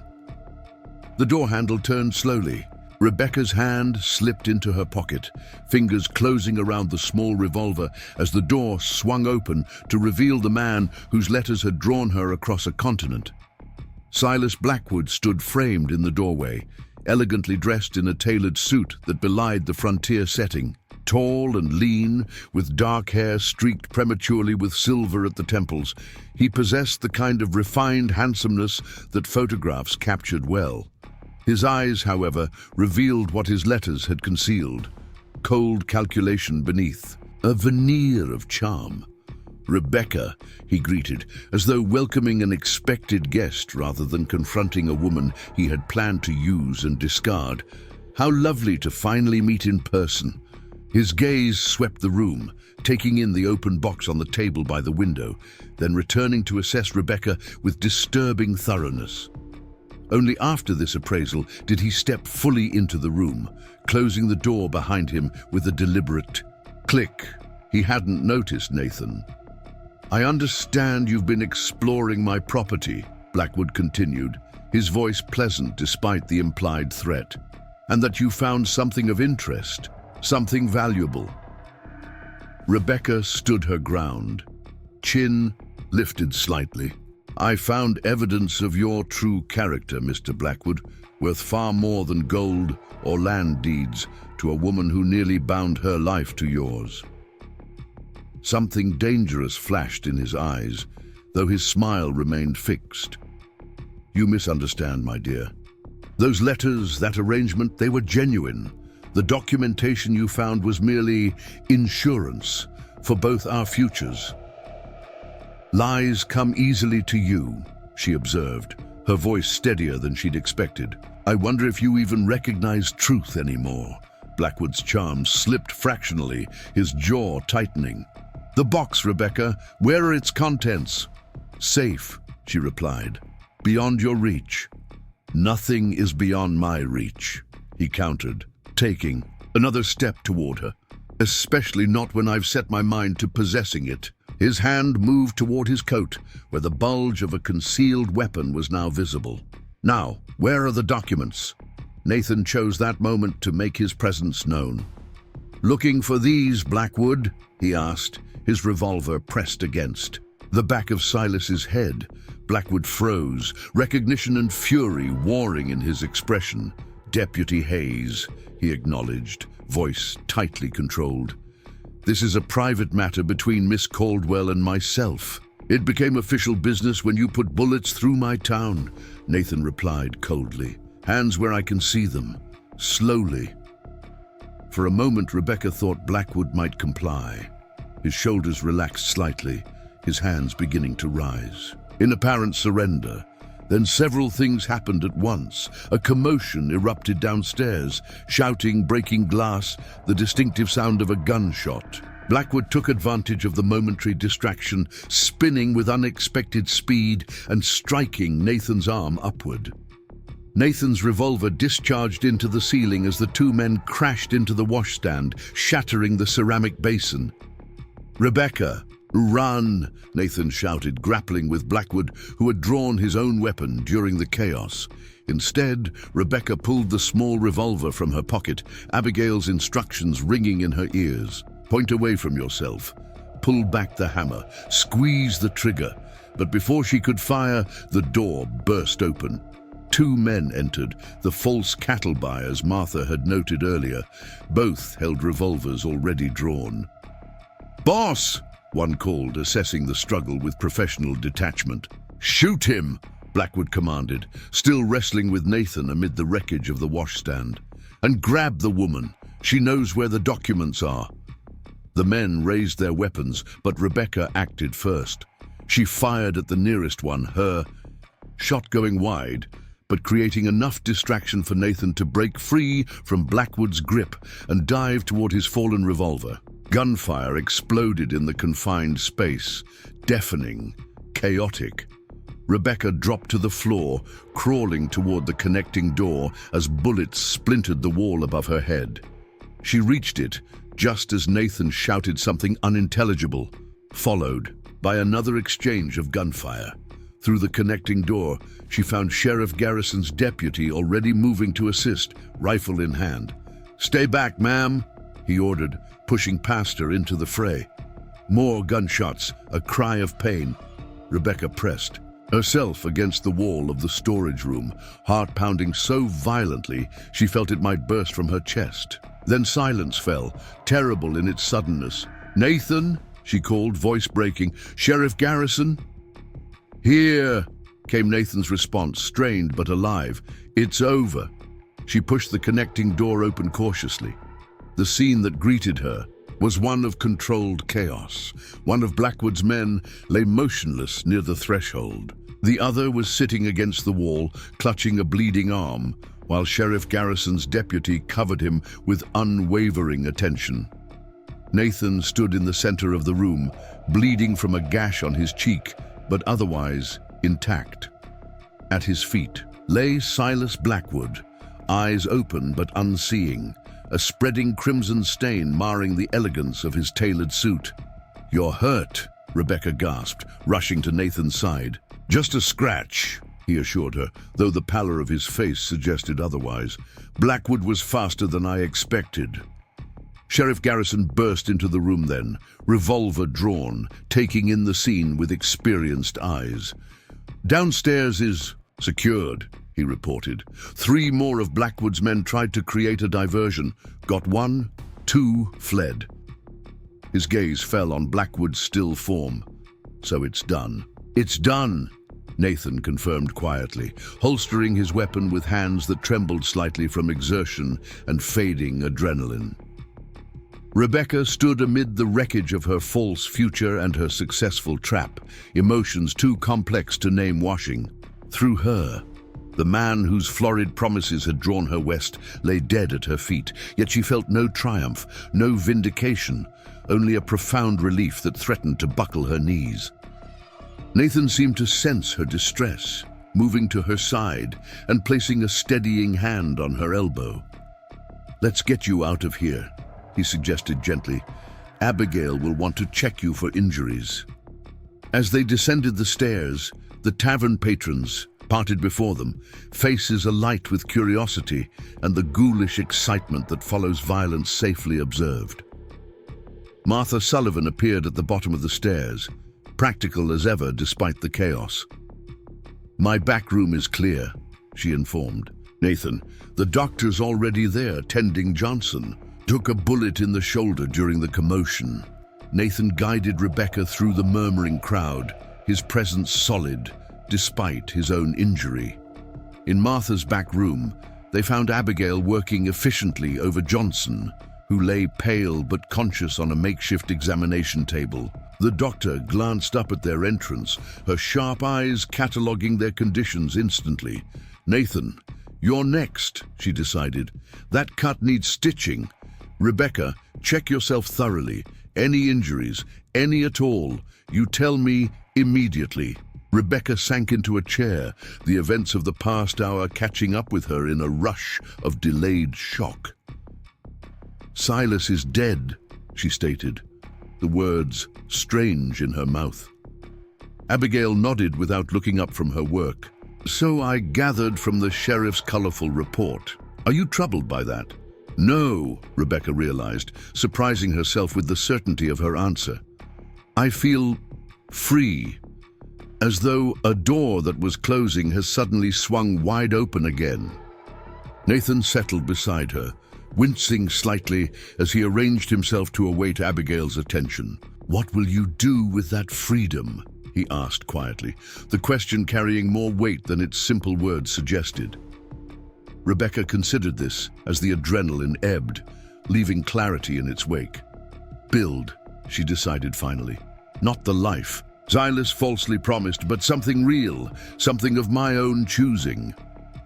"Here?" Nathan's voice remained carefully neutral, though something hopeful flickered in his eyes. "Yes," she replied without hesitation. "Here." The simple exchange contained multitudes, questions asked and answered, possibilities acknowledged, futures tentatively envisioned.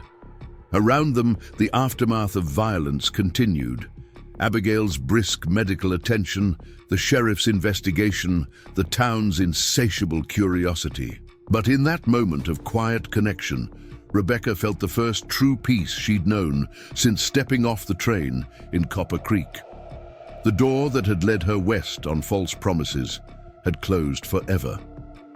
But another had opened, one built on truth, courage, and the hard-won knowledge of her own resilience. Whatever lay beyond it would be of her own choosing, with eyes wide open and spirit unbroken. And she would not walk through it alone. Spring came to Copper Creek in gentle waves of green, pushing through snow-packed earth with stubborn determination. The harsh Montana winter gave way grudgingly, releasing its grip one thawed creek and budding tree at a time. Rebecca stood on the porch of Dr. Porter's surgery, watching as the town transformed around her, much as she herself had changed during the long, cold months since Silas Blackwood's death. The story had spread through the territory like wildfire. The mail-order bride who discovered her intended was a wanted criminal who helped set the trap that brought him to justice. Some versions painted her as a cunning conspirator, others as an innocent victim saved by a heroic deputy. The truth, as always, lay somewhere in between, more complex and human than any fireside tale could capture. Rebecca breathed deeply, savoring the earthy scent of spring's awakening. Her life had found a rhythm in Copper Creek, unexpected, but increasingly precious. Dr. Porter's assistant had become Dr. Porter's partner in many ways, her steady hands and quick mind earning respect throughout the community. Women came to her first now for certain ailments. Children trusted her gentle approach with splinters and scrapes, and even the rough miners had accepted her as a permanent fixture rather than a curious outsider. "Wool gathering again?" Abigail's voice interrupted her reverie as the doctor joined her on the porch, drying her hands on a clean towel. "That's the third time this week I found you staring at nothing." Rebecca smiled, accustomed now to her mentor's blunt observations. "Not nothing, everything. The town, the mountains, the future," Abigail snorted softly. "Speaking of futures, Nathan Hayes stopped by while you were visiting Mrs. Peterson's new baby. Left something for you." She held out a small envelope. Rebecca's name written across it in Nathan's careful hand. Something fluttered in Rebecca's chest, a sensation that had become increasingly familiar whenever the deputy was mentioned. Their relationship had evolved gradually in the months following Blackwood's death. Professional respect had deepened into friendship, then something more nuanced, evident in lingering glances, conversations that stretched late into evening, his children's increasing attachment to her presence in their lives. Rebecca accepted the envelope, tucking it into her pocket rather than opening it immediately. Some messages deserved privacy, even from Abigail's perceptive gaze. "He mentioned the homestead claim was approved," Abigail continued, pretending not to notice Rebecca's careful handling of the letter. "The land commissioner signed off yesterday." The news sparked a quiet joy in Rebecca's heart.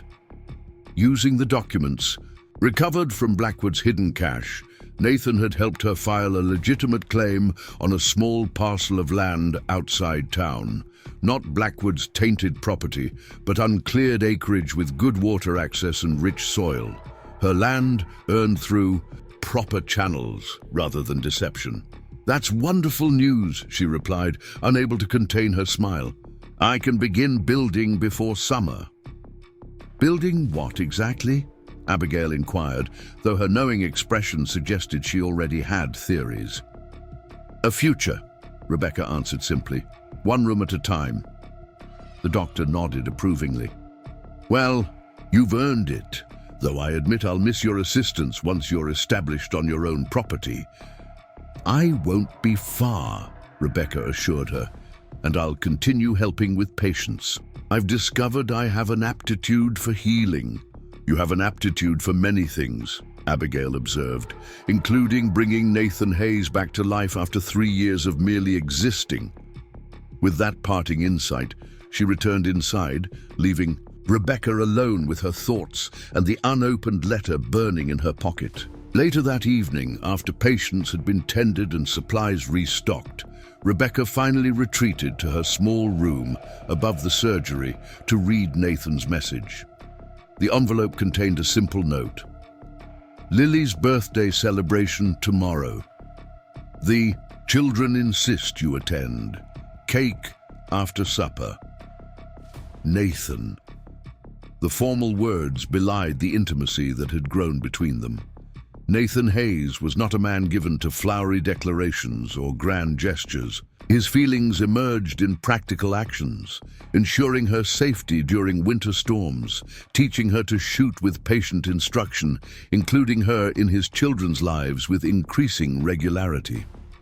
Rebecca traced his handwriting with her fingertip, remembering the man who had first appeared in Sullivan's Tavern to hang a wanted poster, unknowingly changing the course of her life. How far they had both traveled since that moment. The following evening found her walking the familiar path to Nathan's cabin, a small package tucked under her arm containing the gift she had crafted for Lily, a hand-sewn dress with embroidered flowers around the collar, a luxury the practical child would never request but might secretly treasure. Spring twilight painted the landscape in soft golds and purples as she approached the clearing where the cabin stood. Smoke curled invitingly from the chimney, and through the windows, lantern light cast a warm glow. Before she could knock, the door flew open, revealing Matthew with his perpetual energy and missing front tooth. "Miss Rebecca," he exclaimed, launching himself at her with unrestrained affection. "Papa said you'd come. Lily's been waiting all day." Rebecca caught him in a one-armed embrace, balancing her package with the other hand. "I wouldn't miss it for anything," she assured him, allowing herself to be tugged inside.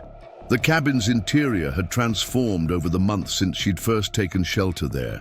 Handmade curtains now framed the windows, her gift to Nathan at Christmas. A bookshelf held volumes for the children's education, built by Nathan's own hands. Small touches of domesticity had crept in gradually, softening the bachelor quarters into something approaching a home. Lily stood by the table, her dark hair neatly braided and tied with a ribbon that matched her best dress. At 11, she balanced precariously between childhood and the first intimations of womanhood, her expression shifting from solemn to delighted when she spotted Rebecca. "You came," she stated, as though confirming a theory long held. "Of course I did," Rebecca replied, setting her package aside to embrace the birthday girl. 11 years old, almost grown." "That's what Papa says," Lily confirmed, her pride evident. "He says I'm becoming a young lady." Nathan emerged from the back room then, wearing a clean shirt with his hair still damp from washing. The sight of him, relaxed, at ease in his own domain, sent a familiar warmth through Rebecca's chest. "Miss Caldwell," he greeted her formally, though his eyes conveyed a more personal welcome. "Thank you for coming." "I brought cake," she replied, nodding toward the covered dish she'd set on the table. as requested. Chocolate? Matthew asked hopefully. Spice cake with maple icing, she corrected, smiling at his momentary disappointment. Your father mentioned it was Lily's favorite. The evening unfolded with comfortable familiarity, a simple supper of venison stew and biscuits, stories shared around the table, Matthew's endless questions about everything from why frogs croak to whether stars feel cold. Through it all, Rebecca felt the quiet contentment of belonging, of finding her place in this unlikely family circle. After the cake had been devoured and exclaimed over, after Lily had unwrapped her gifts with careful appreciation, after Matthew had reluctantly been tucked into bed despite his protests, a different quality of silence settled over the cabin. Lily sat by the fire, absorbed in examining the stitching on her new dress, while Nathan and Rebecca cleared away the remnants of celebration. Thank you, he said quietly, as they stood side by side at the wash basin. For making this special. For her. He gestured vaguely, encompassing more than he could articulate. She deserves special days, Rebecca replied simply. All children do. There was a time I wasn't sure I could provide them, he admitted, his voice low enough that Lily couldn't overhear. After Anna died, just surviving each day felt impossible. Rebecca's hands stilled in the soapy water. Nathan rarely spoke of his late wife, the wound still tender despite the passage of years. And now? She prompted gently. His gaze met hers, direct and honest. Now I think about more than survival. I think about building something lasting. A pause, weighted with unspoken meaning. For all of us. Before Rebecca could respond, Lily approached, her new dress carefully folded over one arm. Papa, may I show Miss Rebecca my schoolwork? I received high marks on my composition. Of course, Nathan agreed, the intimate moment between adults giving way to parental pride. Though it's getting late, you'll need to prepare for bed soon. As Lily led Rebecca to the small desk where her schoolbooks were neatly stacked, Nathan stepped outside, ostensibly to check the livestock before nightfall. Rebecca listened attentively to Lily's careful reading of her composition, a thoughtful piece on the importance of community in frontier towns, while her mind lingered on Nathan's words. You write beautifully, she praised when Lily finished. Your teacher must be very proud. Lily closed her composition book with deliberate care. Miss Rebecca, she began, her tone suddenly serious beyond her years. May I ask you something? Important. Of course, sweetheart. Are you going to marry my father? The direct question, delivered without preamble, momentarily robbed Rebecca of speech. She had underestimated this child's perception, her awareness of the currents flowing between adults. What makes you ask that? She managed finally. He looks at you the way he used to look at Mama, Lily replied matter-of-factly, and he smiles more when you're here, and... She hesitated, suddenly uncertain. And I think we need a mother. Matthew doesn't remember ours very well anymore. Rebecca's heart constricted at the simple honesty in the child's assessment. Your father hasn't asked me to marry him, Lily. But if he did, Lily pressed, would you say yes?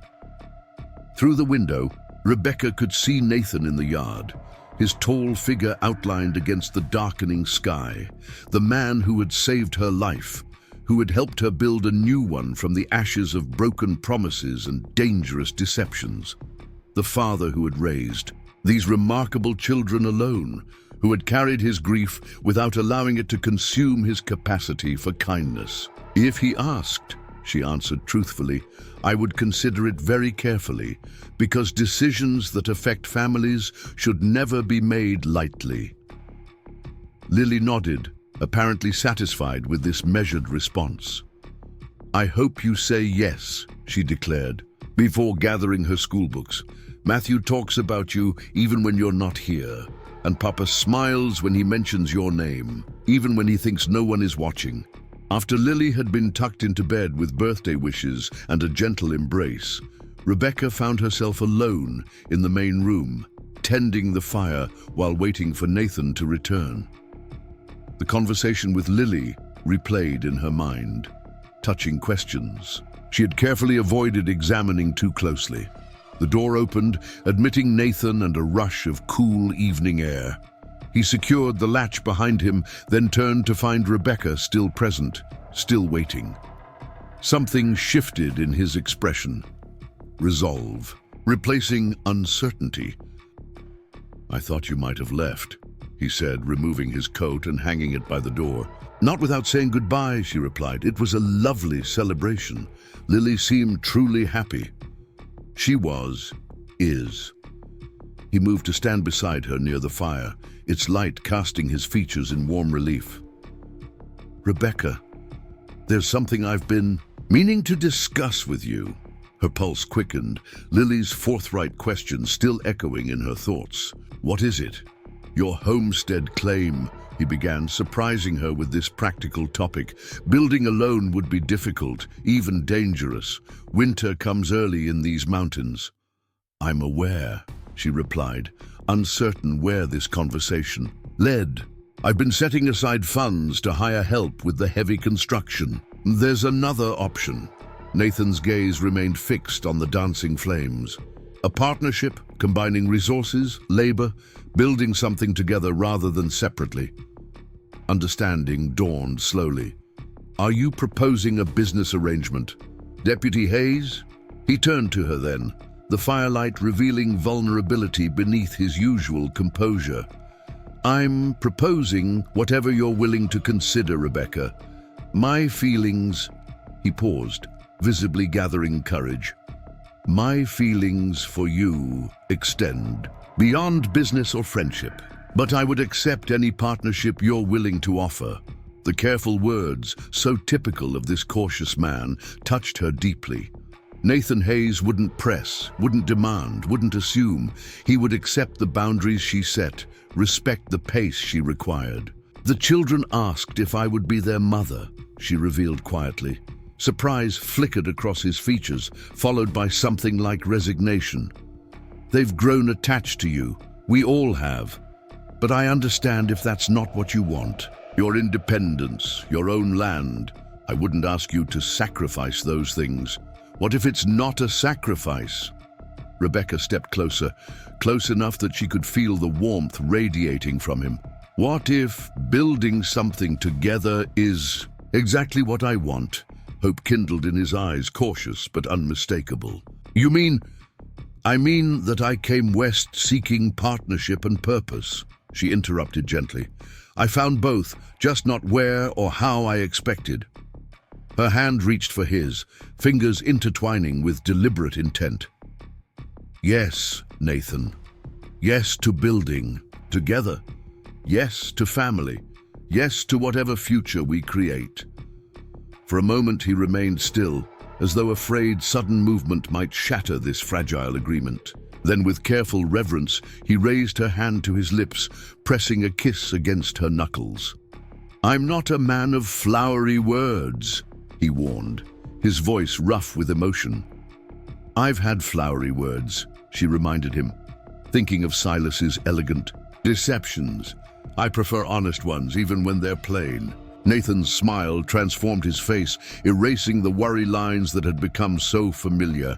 Then honestly, plainly, "I love you, Rebecca Caldwell, you and no other, for as long as we both shall live." Simple vows, spoken beside a cabin hearth rather than a church altar, perfect in their unadorned sincerity, their hard-won truth.